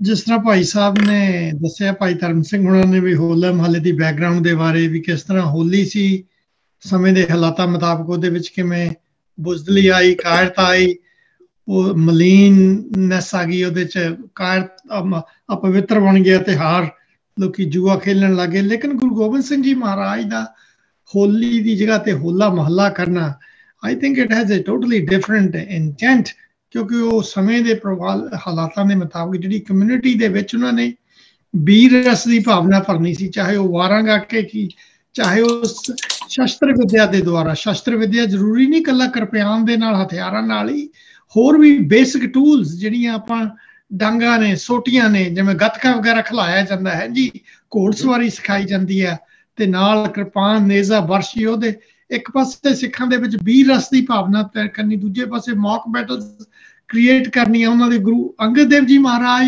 ਮੱਲ ਅਖਾੜਾ ਗੁਰਦੁਆਰਾ ਬਣਾਇਆ, ਉੱਥੇ ਉਹ ਪਹਿਲਵਾਨ ਕਰਨੇ, ਉੱਥੇ ਫਿਜ਼ੀਕਲ ਫਿਟਨੈਸ ਤੇ ਜ਼ੋਰ ਸੀ। ਇੱਥੇ ਗੁਰੂ ਮਹਾਰਾਜ ਸਾਹਿਬ ਨੇ ਫਿਜ਼ੀਕਲ ਫਿਟਨੈਸ ਦੇ ਜ਼ੋਰ ਦੇ ਨਾਲ ਨਾਲ ਸਪਿਰਿਚੁਅਲ ਫਿਟਨੈਸ, ਫਿਜ਼ੀਕਲ ਫਿਟਨੈਸ, ਕਿਉਂਕਿ ਜੇ ਸਕਿੱਲ ਸੈਟਸ ਜੇ ਕਮਿਊਨਿਟੀ ਦੇ ਵਿੱਚ ਹੁੰਦੀਆਂ, ਦੈਨ ਉਹ ਜਿਹੜੀਆਂ ਸਕਿੱਲ ਸੈਟਸ ਨੇ, ਦੇ ਹੈਲਪ ਦਾ community to defend themselves against. ਅਸੀਂ ਇਨਜਸਟਿਸ, ਆਪਰੈਸ਼ਨ ਦੇ ਉਲਟ ਅਸੀਂ ਆਵਾਜ਼ ਉਠਾ ਰਹੇ ਹਾਂ। ਆਵਾਜ਼ ਉਠਾਉਣ ਲਈ ਦਮ ਵੀ ਚਾਹੀਦਾ, ਦਮ ਦੇ ਲਈ ਤੁਹਾਡੇ 'ਚ ਜ਼ੋਰ ਵੀ ਚਾਹੀਦਾ, ਡਿਫੈਂਡ ਕਰਨ ਦੇ ਲਈ ਤੁਹਾਡੇ ਵਿੱਚ ਤਾਕਤ ਵੀ ਚਾਹੀਦੀ ਹੈ। ਉਹ ਸਾਰੀਆਂ ਜਿਹੜੀਆਂ ਸਕਿੱਲ ਸੈਟ ਸੀ, ਗੁਰੂ ਮਹਾਰਾਜ ਨੇ ਉਹ ਸਕਿੱਲ ਸੈਟ ਦੀ ਡਿਵੈਲਪਮੈਂਟ ਲਈ ਇਹ ਰੱਖਿਆ। ਉਹਦੇ ਨਾਲ ਕੀ ਸੀ, ਕਮਿਊਨਿਟੀ ਦੇ ਵਿੱਚ, ਸਿੱਖਾਂ ਦੇ ਵਿੱਚ ਜੋਸ਼ ਭਰਿਆ, ਕਰੇਜ ਵੀ ਸੀ, ਕੌਨਫੀਡੈਂਸ ਵੀ ਸੀ, ਫੋਕਸ ਵੀ ਆ ਗਿਆ, ਕੁਇਕ ਡਿਸੀਜਨ ਮੇਕਿੰਗ ਵੀ ਜਦੋਂ ਲੈਣਾ ਹੁੰਦਾ ਹਾਲਾਤਾਂ ਦੇ ਮੁਤਾਬਕ, ਵਾਰ ਸਟ੍ਰੈਟਜੀ ਵਗੈਰਾ ਦੇ ਵਿੱਚ, ਉਹ ਵੀ ਸਪਿਰਿਟ ਉਹਦੇ ਵਿੱਚ ਆਈ, ਉਹਦੇ 'ਚ ਬਰੇਵਰੀ ਵੀ ਭਰੀ ਗਈ ਉਹਦੇ ਵਿੱਚ। I mean it's amazing multi dimensional personality ਆਪਦੇ ਜਿਹੜੇ ਆ ਕੌਮ ਦੇ, ਨਾਟ ਕੌਮ ਦੀ ਜਿਹੜੀ ਸੇਵਕ ਤੇ ਸ਼ਰਧਾਲੂ ਨੇ, ਪੈਰੋਕਾਰ ਦੇ, ਉਹਨਾਂ ਦੇ ਵਿੱਚ ਭਰੀ ਗਈ ਉਹ। ਪਰ ਸਾਡੇ ਦੇਖਣ ਦੇ ਵਿੱਚ ਜੋ ਆ ਰਿਹਾ ਵੀ ਅੱਜ ਕੱਲ ਇਹਦੇ ਤੇ ਇੰਨਾ ਧਿਆਨ ਨਹੀਂ ਦਿੱਤਾ ਜਾ ਰਿਹਾ। ਜਦੋਂ ਅਸੀਂ ਵੀ ਗਰੋ ਅਪ ਹੋ ਰਹੇ ਸੀ, ਪੇਰੈਂਟਸ ਦਾ ਆਮ ਤੌਰ ਤੇ ਧਿਆਨ ਹੀ ਹੁੰਦਾ ਸੀ ਵੀ ਨਿਆਣਿਆਂ ਨੂੰ ਉਹ ਵਿਦਿਆ ਪੜ੍ਹਾਈ ਹੋਈ ਕਰਾਓ, ਇਹਨਾਂ ਨੂੰ ਐਜੂਕੇਸ਼ਨ ਤੇ ਹੀ ਜ਼ੋਰ ਦਿਓ, ਫਿਜ਼ੀਕਲ ਫਿਟਨੈਸ ਸਪੋਰਟਸ ਦੇ ਉੱਤੇ ਘੱਟਦੇ। ਅਸੀਂ ਵੀ ਮੁੰਡੇ ਜੇ ਉੱਧਰ ਚਲੇ ਗਏ, ਕਿਤੇ ਐਂ ਨਾ ਹੋਵੇ ਵੀ ਪੜ੍ਹਾਈ ਵੀ ਉਹਨਾਂ ਲੈ ਕੇ ਨਿਕਲ ਜਾਣ। ਜਾਂ ਦੂਜੇ ਪਾਸੇ ਹੁੰਦੇ ਸੀ ਆਮ ਤੌਰ ਤੇ ਹਾਲਾਤ ਲੋਕਾਂ ਦੇ ਪਿੰਡਾਂ ਦੇ ਵਿੱਚ ਵੀ ਗਰੀਬੀ ਦਾਵੇ ਵਾਲਾ ਹੁੰਦਾ ਸੀ ਕੰਮ। ਉਹ ਕਹਿੰਦੇ ਸੀ ਐਵੇਂ ਸੱਟਾਂ ਸੁੱਟਾਂ ਲੱਗੀਆਂ, ਡਾਕਟਰ ਦੇ ਲਈ ਜਾਣਾ ਪਊ, ਲੱਤ ਬਾਂਹ ਟੁੱਟ ਜੂ, ਪੜ੍ਹਾਈ ਖਰਾਬ ਹੋਊਗੀ, ਉੱਦਾਂ ਦਾ। ਪਰ I think times have changed now. ਵੀ ਜਿਸ ਤਰ੍ਹਾਂ ਅਸੀਂ ਇੱਥੇ ਗੁਰੂ ਗੋਬਿੰਦ ਸਿੰਘ ਫਾਊਂਡੇਸ਼ਨ DC ਦੇ ਵਿੱਚ ਅਸੀਂ ਸ਼ੁਰੂ ਕੀਤਾ ਹੋਇਆ, ਪਿਛਲੇ 20-25-30 ਸਾਲਾਂ ਤੋਂ ਕੈਂਪ ਲਾਉਂਦੇ ਆ। Gatka has become A regular training. ਉਹਦੇ ਗੱਤਕੇ ਦੇ ਵਿੱਚ ਜਿੱਥੇ ਸੋਟੀ ਦੇ ਨਾਲ ਆ, ਉੱਥੇ ਹਥਿਆਰਾਂ ਦੇ ਨਾਲ ਵੀ, ਬਰਸ਼ ਦੇ ਨਾਲ, ਕਿਰਪਾਨਾਂ ਦੇ ਨਾਲ, ਸ੍ਰੀ ਸਾਹਿਬ ਦੇ ਨਾਲ ਲੜਾਈ ਕਰਨੀ ਹੈ। ਜਿਹੜੀਆਂ ਸਕਿੱਲ ਸੈਟ ਬੱਚਿਆਂ ਤੇ ਇੱਥੇ ਟਾਈਕਵਾਂਡੋ ਤੇ ਦੂਜੇ ਕੋਰਸ ਵਗੈਰਾ ਬੱਚੇ ਲੈਂਦੇ ਨੇ, ਅਸੀਂ ਵੀ ਉਹ ਇਨਕਲਕੇਟ ਕੀਤੀਆਂ। ਹਾਂ, ਕਈ ਵਾਰ ਬਾਏ ਦਾ ਵੇ ਪੇਰੈਂਟਸ ਬੰਨੀਓ ਰੈਜ਼ਿਸਟੈਂਸ ਆਉਂਦੀ ਹੈ, ਬੱਚੇ ਸਿੱਖਣਾ ਚਾਹੁੰਦੇ ਨੇ, ਪਾਰਟਿਸਿਪੇਟ ਕਰਨਾ ਚਾਹੁੰਦੇ ਨੇ, ਪੇਰੈਂਟਸ ਬਣੀ ਹੁੰਦੀ ਆ ਉਹ ਕਿਤੇ ਸਾਡੇ ਬੱਚੇ ਦੇ ਸੱਟ ਨਾ ਲੱਗ ਜਾਏ, ਕੁਛ ਹੋ ਜਾਏ। although we have bunch of physicians, first aid and all those things are available at time, but we have, ਅਸੀਂ ਪੇਪਰ ਵਰਕ ਸਾਈਨ ਕਰਾ ਲੈਂਦੇ ਹੁੰਦੇ ਆ। ਦੇਖੋ ਡਿੱਗ ਕੇ ਹੀ ਸਵਾਰ ਹੋਈਦਾ। ਜੇ ਬੰਦਾ ਕੋਈ ਸਿੱਖੂਗਾ, ਕੋਈ ਕਰੂਗਾ, ਸੱਟਾਂ ਤਾਂ ਲੱਗਣਗੀਆਂ ਹੀ। ਬਟ ਇਨ ਦਾ ਸਪਿਰਿਟ ਦੂਜੇ ਪਾਸੇ ਤੁਸੀਂ ਦੇਖੋ, ਉਹ ਬੱਚੇ ਅੱਜ ਦੇ ਜ਼ਮਾਨੇ ਵਿੱਚ ਕੱਲ ਨੂੰ they are walking on the road, they are working with there friends, not only they can defend themselves, ਉਹਨਾਂ ਦੀ ਸਪਿਰਿਟ ਦੇ ਲਈ it also help others that they are walking with, you know. Overall, I think growth and development point of view is a must item. And parents ਲਈ ਵੀ ਅਸੀਂ ਫਿਰ ਕੀ ਕਰਨਾ ਸ਼ੁਰੂ ਕਰਤਾ, ਅਸੀਂ ਨਾਲ ਜਿੱਥੇ ਬੱਚਿਆਂ ਨੂੰ ਇਨਕਰੇਜ ਕਰੀਦਾ, ਨਾਲ ਪੇਰੈਂਟਸ ਨੂੰ ਵੀ ਸੈਸ਼ਨ ਲਾ ਲਈਦਾ, ਤਾਂ ਕਿ ਉਹਨਾਂ ਦੇ ਮਨ ਦੇ ਵਿੱਚ ਵੀ ਉਹਨਾਂ ਦੇ ਵੀ ਜਿਹੜੇ ਵਹਿਮ ਹੋਣ ਜਾਂ ਡਰ ਹੋਣ, ਮਨ ਦੇ ਫੀਅਰਸ, ਅਨਸਰਟਨਟੀਜ਼ ਦੇ ਬਾਰੇ, ਉਹ ਵੀ ਦੂਰ ਕੀਤੇ ਜਾ ਸਕਣ, ਤਾਂ ਕਿ ਉਹ ਬੱਚਿਆਂ ਨੂੰ ਪ੍ਰੇਰਨਾ ਤੇ ਗਾਈਡ ਕਰਨ, ਬਜਾਏ ਡਿਸਕਰੇਜ ਕਰਨ। ਥੈਂਕ ਯੂ ਜੀ, ਥੈਂਕ ਯੂ ਫॉर ਸ਼ੇਅਰਿੰਗ। ਕਿਉਂਕਿ ਇਹ ਜਿਹੜੇ ਇਨੀਸ਼ੀਏਟਿਵ ਨੇ ਹਰ ਗੁਰਦੁਆਰੇ ਦੇ ਵਿੱਚ ਹੋਣੇ ਚਾਹੀਦੇ ਨੇ। I'm glad, congratulations to Guru Gobind Singh Foundation for doing that. ਕਿਉਂਕਿ ਜਿਹੜਾ ਪਾਇਲਟ ਪ੍ਰੋਜੈਕਟ ਸੀ ਅਨੰਦਪੁਰ ਸਾਹਿਬ ਦੇ ਵਿੱਚ, ਜਿਹੜਾ 10ਵੇਂ ਪਾਤਸ਼ਾਹ ਨੇ ਸ਼ੁਰੂ ਕੀਤਾ ਸੀਗਾ, ਪਰ ਉਹਦਾ ਜਿਹੜਾ ਸਪਰੈਡ ਹੋਣਾ ਸਾਰੇ ਥਾਵਾਂ ਦੇ ਵਿੱਚ ਉਹ ਬਹੁਤ ਜ਼ਰੂਰੀ ਆ, ਤਾਂ ਕਿ ਸਾਡੇ ਵਿੱਚ ਜੁਰਤ ਜਿਹੜੀ ਆ ਪੈਦਾ ਹੋਵੇ ਤੇ ਉਸ ਨੂੰ ਅਸੀਂ ਸਾਡੇ ਉਹਨੂੰ ਅਸੀਂ ਅਪਰੋਪਰੀਏਟ ਟਾਈਮ ਤੇ ਵਰਤ ਵੀ ਸਕੀਏ। ਡਾਕਟਰ ਕੁਲਵਿੰਦਰ ਸਿੰਘ ਜੀ, ਤੁਸੀਂ ਸ਼ੇਅਰ ਕਰੋ ਆਪਣੇ ਵਿਊਜ਼। ਹੋਲਾ ਮਹੱਲਾ, ਤੁਸੀਂ ਅੰਮ੍ਰਿਤਸਰ ਦੇ ਵਿੱਚ ਆ ਤੇ ਤੁਸੀਂ ਉੱਥੇ ਜਾ ਕੇ ਵੀ ਆਏ ਆ ਹੋਲਾ ਮਹੱਲਾ ਤੇ ਐਜ਼ ਅ ਫਿਜ਼ੀਸ਼ੀਅਨ, ਆਪਣੇ ਵਿਚਾਰ ਸ਼ੇਅਰ ਕਰੋ। ਹਾਂਜੀ, ਵਾਹਿਗੁਰੂ ਖਾਲਸਾ ਵਾਹਿਗੁਰੂ ਜੀ ਫਤਿਹ। ਮਤਲਬ ਜਿਹੜਾ ਹਾਂਜੀ ਹੋਲਾ ਮਹੱਲਾ, ਦੇਖੋ ਜੀ ਕਿ ਇਹਨੂੰ ਆਪਾਂ ਹੋਲੀ ਦੀ ਇੱਕ ਰਿਫਾਈਨਡ ਫਾਰਮ ਵੀ ਕਹਿ ਸਕਦੇ ਹਾਂ, ਕਿਉਂਕਿ ਜਦੋਂ ਗੁਰੂ ਸਾਹਿਬਾਂ ਨੇ ਹੋਲੇ ਮਹੱਲੇ ਦਾ ਜਿਹੜਾ ਟ੍ਰੈਂਡ ਸ਼ੁਰੂ ਕੀਤਾ ਹੈ, ਉਹਦਾ ਪਰਪਸ ਕੀ ਸੀ ਕਿ ਜਿਹੜੀ ਤੁਸੀਂ ਰੰਗੀਲੀ ਜ਼ਿੰਦਗੀ ਹੈ ਨਾ, ਉਹ ਫੇਰ ਹੀ ਬਤੀਤ ਕਰ ਸਕਦੇ ਹੋ ਜੇ ਤੁਹਾਡੀ ਰਿਸਪੌਂਸਿਬਲ ਗਰੋਇੰਗ ਤੇ ਤੁਹਾਡੀ ਜਿਹੜੀ ਉਹ ਲਰਨਿੰਗ ਪ੍ਰੋਸੈਸ ਕੰਟੀਨਿਊ ਰਹੇ। ਰੰਗ ਜਿਹੜੇ ਜਿੱਦਾਂ ਗੁਰਬਾਣੀ ਦੀ ਬੇਅੰਤ ਥਾਂ ਤੇ ਜ਼ਿਕਰ ਆਉਂਦਾ ਹੈ ਕਿ ਜਿਹੜਾ ਕੱਚਾ ਰੰਗ ਹੈਗਾ, ਠੀਕ ਹੈ ਨਾ, ਉਹ ਥੋੜਿਆਂ ਦਿਨ ਚ ਕੱਚਾ ਰੰਗ ਸੁੰਬਕਾ ਥੋੜਿਆਂ ਦਿਨ ਚ। ਸੋ ਇੱਕ ਦਿਨ ਰੰਗ ਪਾਉਣ ਦੇ ਨਾਲ ਜੀਵਨ ਦੇ ਵਿੱਚ ਇੰਜੋਏ ਕਰਨ ਨਾਲ 364 ਦਿਨ ਬਾਕੀ ਕੀ ਬਣਦਾ, ਤਾਂ ਜੋ ਸਾਡੇ 365 ਦਿਨ ਹੀ ਸਾਡੀ 366 ਦਿਨ ਹੀ ਸਾਰਾ ਸਾਲ ਹੀ ਹੋਲੀ ਰਵੇ। ਤੇ ਗੁਰੂ ਸਾਹਿਬ ਨੇ ਉਹਨੂੰ ਹੋਲੀ ਦਾ ਰੂਪ ਦਿੱਤਾ ਕਿ ਜਦੋਂ ਵੀ ਆਪਾਂ ਕਿਸੇ ਚੀਜ਼ ਨੂੰ ਸੈਲੀਬ੍ਰੇਟ ਕਰਨਾ ਹੈ ਤੇ ਉਹ ਸੈਲੀਬ੍ਰੇਸ਼ਨ ਦੇ ਵਿੱਚ ਸਾਡੀ ਨਾਲ ਦੀ ਨਾਲ ਲਰਨਿੰਗ ਪ੍ਰੋਸੈਸ ਚਾਹੀਦੀ। ਤੇ ਦਾਸ ਨੂੰ ਐਵੇਂ ਚਲੋ ਮੇਰੇ ਖੁਸ਼ਕਿਸਮਤੀ ਹੈ ਕਿ ਸੰਗਤ ਨਾਲ ਜੁੜਿਆ ਵਾਂ ਤੇ ਸਾਡੇ ਵੱਲੋਂ ਤਕਰੀਬਨ 25-30 ਸਾਲ ਤੋਂ ਸੁਸਾਇਟੀ ਵੱਲੋਂ ਉੱਥੇ ਹੋਲੇ ਮਹੱਲੇ ਦੇ ਕੈਂਪ ਲੱਗਦਾ ਹੈ ਤੇ ਉਦੋਂ ਸਾਨੂੰ ਦਰਸ਼ਨ ਕਰਨ ਦਾ ਮੌਕਾ ਮਿਲਦਾ ਸੰਗਤ ਦਾ। ਤੇ ਉਹ ਮੈਡੀਕਲ ਕੈਂਪ ਬੇਅੰਤ ਲੱਗੇ ਹੁੰਦੇ ਨੇ, ਕੋਈ ਸਾਡਾ ਕੋਈ ਬੜਾ ਖਾਸ ਕੈਂਪ ਨਹੀਂ ਹੁੰਦਾ, ਸਾਰੇ ਬੜੇ ਹੀ ਵਧੀਆ ਕੈਂਪ ਲੱਗੇ ਹੁੰਦੇ ਨੇ। ਸੋ ਸਿਮਿਲਰਲੀ ਉੱਥੇ ਕਹਿ ਲਓ ਕਿ ਅਸੀਂ ਜਿੱਦਾਂ ਆਮ ਤੌਰ ਤੇ ਸੋਚ ਲੈਂਦੇ ਹਾਂ ਕਿ ਸ਼ਾਇਦ ਹੋਲੇ ਮਹੱਲੇ ਦਾ ਸ਼ਸਤਰਾਂ ਨਾਲ ਹੀ ਸੰਬੰਧ ਹੈ। ਸ਼ਸਤਰ ਨੋ ਡਾਊਟ ਬੜੀ ਹੀ ਇੰਪੋਰਟੈਂਟ ਚੀਜ਼ ਹੈ, ਕਿਉਂਕਿ ਜੇ ਅਸੀਂ ਸੋਵਰੇਨਿਟੀ ਨੂੰ ਇੰਜੋਏ ਕਰਨਾ ਹੈ, ਧਰਮ ਨੇ ਸੋਵਰਨ ਰਹਿਣਾ, ਸੋਵਰੇਨਿਟੀ ਤੋਂ ਬਿਨਾਂ ਗਰੋਥ ਨਹੀਂ ਹੋ ਸਕਦੀ ਤੇ ਯੂਨੀਕਨੈਸ ਨਹੀਂ ਹੋ ਸਕਦੀ। ਤੇ ਉਹਦੇ ਵਾਸਤੇ ਨੋ ਡਾਊਟ ਸ਼ਸਤਰਾਂ ਦਾ ਬੜਾ ਵੱਡਾ ਰੋਲ ਹੈ। ਪਰ ਸ਼ਸਤਰਾਂ ਦੇ ਨਾਲ ਨਾਲ ਹੋਲੇ ਮਹੱਲੇ ਤੇ ਦੇਖੀਦਾ ਕਿ ਹਰ ਬਿਲਡਿੰਗ ਦੇ ਵਿੱਚ ਗੁਰੂ ਘਰ ਲੰਗਰ ਚੱਲ ਰਿਹਾ ਹੁੰਦਾ ਹੈ। ਉਹਦਾ ਕਾਰਨ ਕੀ ਕਿ ਸੰਗਤ ਇੰਨੀ ਕੁ ਬੇਅੰਤ ਸੰਗਤ ਹੁੰਦੀ ਹੈ ਕਿ ਉਹ ਇੱਕ ਥਾਂ ਤੇ ਸੰਗਤ ਦਾ ਲੰਗਰ ਮੈਨੇਜ ਕਰਨਾ ਇੱਕ ਚੈਲੰਜ ਹੋ ਜਾਂਦਾ ਹੈ। ਸੋ ਹਰ ਪਿੰਡ ਵੱਲੋਂ ਹਰ ਬਿਲਡਿੰਗ ਵਿੱਚ ਲੰਗਰ ਚੱਲ ਰਿਹਾ ਹੁੰਦਾ ਤਾਂ ਜੋ ਆਏ ਇਹਨੂੰ ਲੰਗਰ ਪ੍ਰਸ਼ਾਦ ਦੀ ਦਿੱਕਤ ਨਾ ਆਵੇ। ਸਿਮਿਲਰਲੀ ਗੁਰਬਾਣੀ ਦੇ ਅਲੱਗ-ਅਲੱਗ ਥਾਵਾਂ ਤੇ ਪ੍ਰਚਾਰ ਹੋ ਰਿਹਾ ਹੁੰਦਾ ਹੈ, ਕਥਾ ਰੂਪ ਦੇ ਵਿੱਚ, ਕੀਰਤਨ ਰੂਪ ਦੇ ਵਿੱਚ, ਹੋਰ ਇਸ ਤਰ੍ਹਾਂ ਸ਼ਸਤਰ ਵਿਦਿਆ ਦੀ ਗੱਲ ਕਰ ਰਹੇ ਭਾਈ ਸਾਹਿਬ, ਇਹ ਬੜਾ ਇੰਪੋਰਟੈਂਟ ਅੰਗ ਹੈ। ਕਿਉਂਕਿ ਜੇ ਗੁਰੂ ਸਾਹਿਬ ਦੇ ਟਾਈਮ ਤੇ ਆਪਾਂ ਜਾਈਏ ਤੇ ਉਦੋਂ ਹੋਲੀ ਦਾ ਕੀ ਅਹਿਮੀਅਤ ਹੈ ਜਦੋਂ ਸਾਡੇ ਤੇ ਬਾਹਰਲੀ ਸਲਤਨਤ ਰਾਜ ਕਰ ਰਹੀ ਹੋਵੇ, ਇੱਕ ਪਾਸੇ ਔਰੰਗਜ਼ੇਬ ਸਾਡੇ ਤੇ ਜ਼ੁਲਮ ਕਰ ਰਿਹਾ ਹੋਵੇ ਤੇ ਹੋਲੀ ਦੀ ਤੇ ਇੰਪੋਰਟੈਂਸ ਖਤਮ ਹੋ ਗਈ। ਗੁਲਾਮੀ ਦੀ ਜ਼ਿੰਦਗੀ 'ਚ ਹੋਲੀ ਦਾ ਤੇ ਮਤਲਬ ਹੀ ਕੋਈ ਨਹੀਂ। ਸੋ ਗੁਰੂ ਸਾਹਿਬ ਨੇ ਸਾਨੂੰ ਦੱਸਿਆ ਕਿ ਇਹ ਜਿੰਨੀਆਂ ਵੀ ਸੈਲੀਬ੍ਰੇਸ਼ਨ ਹੈ, ਜਦ ਤੱਕ ਤੁਸੀਂ ਆਜ਼ਾਦ ਨਹੀਂ ਹੈਗੇ ਸਰੀਰਕ ਤੌਰ ਤੇ ਸੋਸ਼ਲ ਤੌਰ ਤੇ ਪੋਲੀਟੀਕਲ ਤੌਰ ਤੇ, ਤਦ ਤੱਕ ਤੁਹਾਡੀ ਜਿਹੜੀ ਧਾਰਮਿਕ ਜਿਹੜੀ ਚੀਜ਼ ਹੈਗੀ ਹੈ ਉਹ ਵੀ ਉੱਭਰ ਨਹੀਂ ਸਕਦੀ। ਸੋ ਗੁਰੂ ਸਾਹਿਬ ਨੇ ਹੋਲੀ ਦੇ ਨਾਲ ਹੋਲੇ ਨੂੰ ਜੋੜਿਆ ਕਿ ਉਹਦੀ ਰਿਫਾਈਨਡ ਫਾਰਮ ਕਿ ਇਹ ਸੈਲੀਬ੍ਰੇਸ਼ਨ ਤਦ ਹੀ ਐਗਜ਼ਿਸਟ ਕਰਨਗੀਆਂ ਰਹਿਣਗੀਆਂ ਜੇਕਰ ਜਿਹੜੇ ਗੁਰਸਿੱਖ ਨੇ, ਸਿੰਘ ਨੇ, ਉਹ ਆਪਣੇ ਲਈ ਤੇ ਗਰੀਬ ਗੁਰਬੇ ਦੇ ਲਈ ਇਨਸਾਫ ਲੈਣਗੇ, ਚਾਹੇ ਉਹ ਪਿਆਰ ਨਾਲ ਮਿਲੇ ਤੇ ਚਾਹੇ ਲੜ ਕੇ ਮਿਲੇ। ਸੋ ਰੂਪ ਤਾਂ ਇਹਦੇ ਹੋਲੇ ਦੇ ਬਹੁਤ ਨੇ, ਲੇਕਿਨ ਉਹਦੇ ਵਿੱਚ ਮੈਂ ਜਿਹੜੀ ਮੇਨ ਇਹੀ ਗੱਲ ਕਹਿੰਦਾ ਕਿ ਇਹ ਗੁਰੂ ਸਾਹਿਬਾਂ ਨੇ ਸਾਨੂੰ ਦੱਸਿਆ ਕਿ ਜ਼ਿੰਮੇਵਾਰੀ ਦਾ ਨਾਂ ਹੋਲੀ ਹੈ। ਗੁਰਬਾਣੀ ਜਿੱਦਾਂ ਆਉਂਦਾ ਹੋਲੀ ਕੀਨੀ ਸੰਤ ਸੇਵ। ਹਾਂਜੀ, ਠੀਕ ਹੈ। Thank you. ਉਦੋਂ ਸੈਨੀਟੇਸ਼ਨ ਦਾ ਕਿਵੇਂ ਪ੍ਰਬੰਧ ਹੁੰਦਾ? ਸੈਨੀਟੇਸ਼ਨ ਜਿਹੜੀ ਹੈ, ਮਤਲਬ ਹੁਣ ਲੋਕਾਂ ਨੇ ਬਾਥਰੂਮ ਵੀ ਜਾਣਾ ਹੁੰਦਾ, ਇਹੋ ਜਿਹੀਆਂ ਚੀਜ਼ਾਂ, ਮਤਲਬ ਇੰਨੀ ਸੰਗਤ ਹੁੰਦੀ ਆ, ਕਿਵੇਂ ਮੈਨੇਜ ਕਰਦੇ ਨੇ ਉਹਨਾਂ ਚੀਜ਼ਾਂ ਨੂੰ? ਹਾਂਜੀ ਸਰ, ਦੇਖੋ ਅਸੀਂ ਜਾਣਦੇ ਹਾਂ ਤੇ ਜਦੋਂ ਗੱਲ ਹੁੰਦੀ ਹੈ ਤੇ ਓਨੈਸਟਲੀ ਕਹਿਣੀ ਚਾਹੀਦੀ ਹੈ।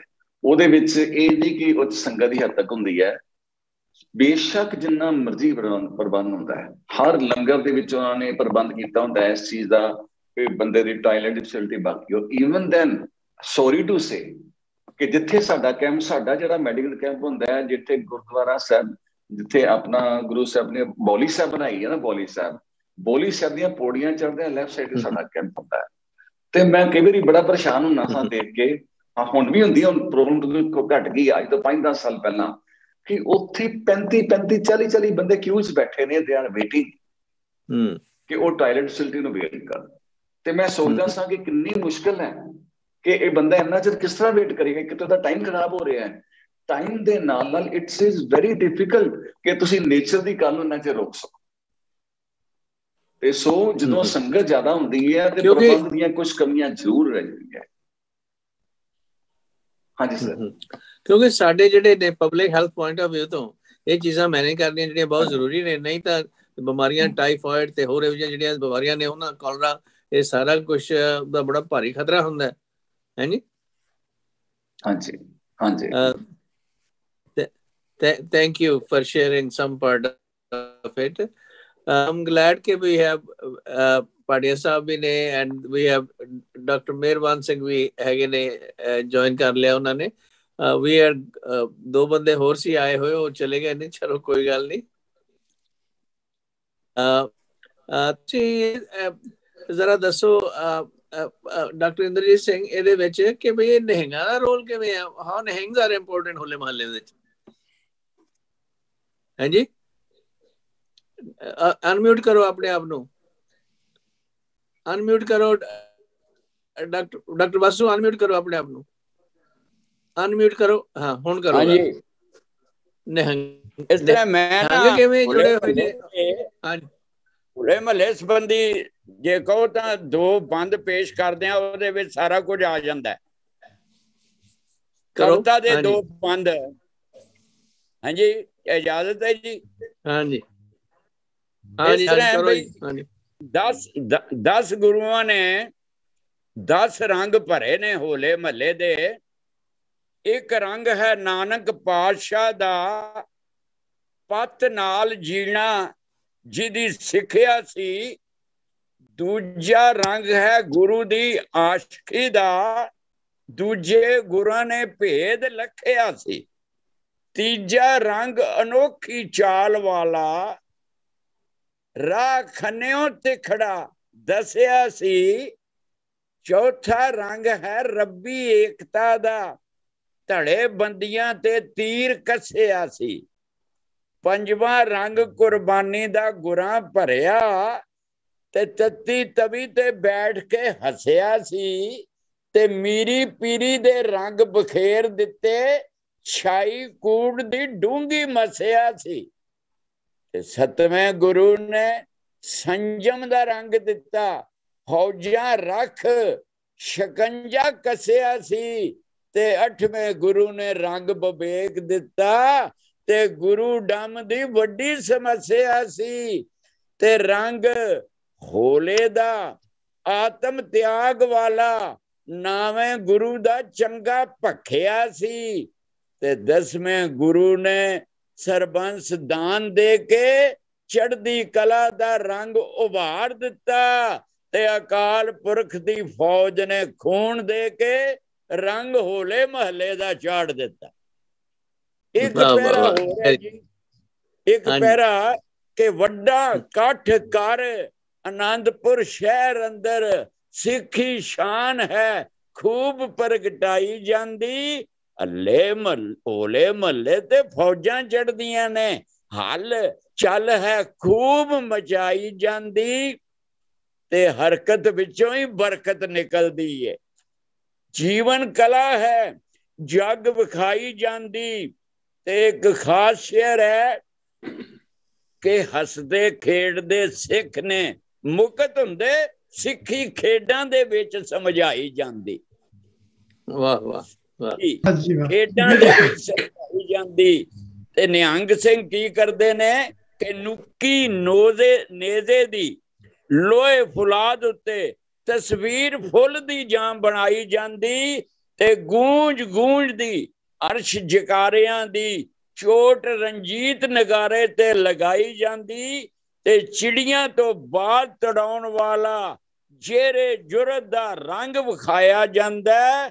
ਤੇ ਕਿਵੇਂ ਸਿੱਖ ਪੰਜਾਬ ਦੇ ਬਣੇ ਮਾਲਕ, ਸਾਰਾ ਸਿੱਖ ਇਤਿਹਾਸ ਦੁਹਰਾਇਆ ਜਾਂਦਾ।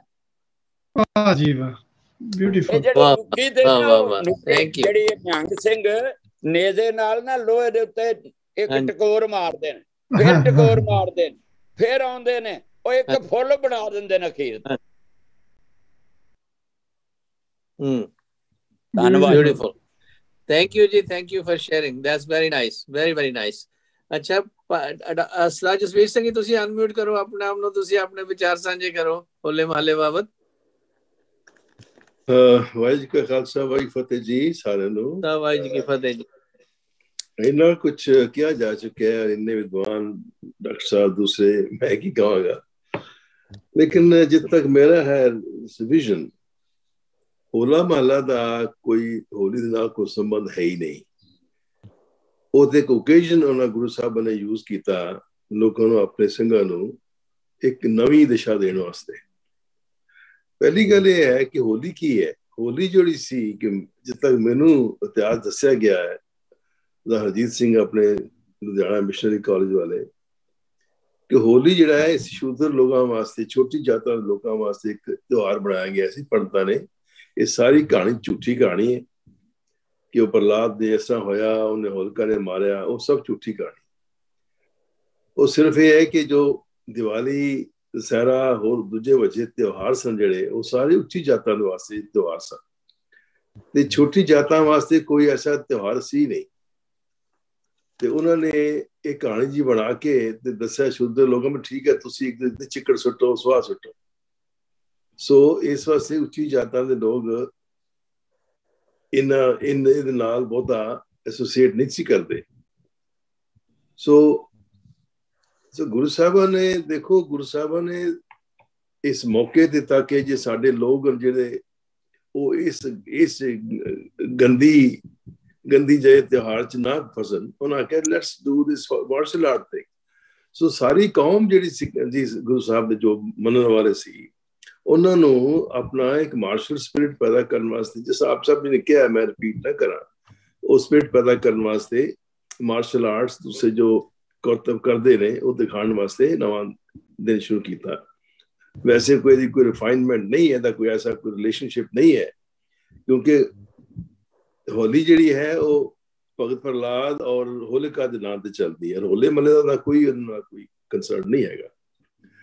ਔਰ ਇਹ ਗੱਲ ਵੀ ਨਹੀਂ ਹੈ ਕਿ ਉਸ ਵਕਤ ਜਿੰਨੇ ਵੀ ਗੁਰੂ ਸਾਹਿਬਾਨ ਨੂੰ ਮੰਨਣ ਵਾਲੇ ਸਨ, ਗੁਰੂ ਨਾਨਕ ਤੋਂ ਲੈ ਕੇ, ਕਿ ਉਹ ਸਾਰੇ ਖਾਲਸੇ ਬਣੇ, ਕਿ ਔਰ ਸਾਰੇ ਉਸ ਵਕਤ ਹੋਲੇ ਮਹੱਲੇ 'ਚ ਪਾਠ ਲੈਂਦੇ ਸਨ। ਮੇਰਾ ਖਿਆਲ ਐਸਾ ਨਹੀਂ ਸੀ। ਖਾਸ ਕਰਕੇ ਜੋ ਜਿਨ੍ਹਾਂ ਨੇ ਆਪਣਾ ਖਾਲਸਾ ਪੰਥ ਬਣਾਇਆ, ਔਰ ਸਾਰੇ ਯੋਧਾ ਲੋਕ ਹੀ ਹੋਏ, ਕਿਉਂਕਿ ਉਹ ਸਮਾਂ ਸੰਘਰਸ਼ ਦਾ ਸਮਾਂ ਸੀ। ਇਸ ਵਾਸਤੇ ਜੋ ਵੀ ਮੇਨ ਮੋਡਸ ਆਫ ਫਾਈਟਿੰਗ ਸੀਗਾ, ਤਲਵਾਰਬਾਜ਼ੀ, ਘੋੜਸਵਾਰੀ, ਉਹ ਦੂਸਰੇ ਸਾਰੇ ਚੀਜ਼ਾਂ ਉਸ ਵਕਤ ਦੀਆਂ ਵੈਲਿਡ ਸਨ। ਹੁਣ ਇਸ ਕਰਕੇ ਹੁਣ ਜੋ ਸੰਘਰਸ਼ ਦਾ ਜ਼ਮਾਨਾ ਖਤਮ ਹੋ ਜਾਂਦਾ ਹੈ ਨਾ, ਫਿਰ ਪੀਸ ਟਾਈਮ ਆ ਜਾਂਦਾ ਹੈ, ਤੇ ਲੋਕਾਂ ਦਾ ਧਿਆਨ ਜਿਹੜਾ ਦੂਜੇ ਪਾਸੇ ਚਲਾ ਜਾਂਦਾ ਹੈ। ਲੋਕ ਆਪਣੇ ਕਾਰਜਵਾਰਾਂ ਚੱਲ ਪੈਂਦੇ ਨੇ, ਪਿਓਰਲੀ ਧਾਰਮਿਕ ਪਾਸੇ ਚੱਲ ਪੈਂਦੇ ਨੇ।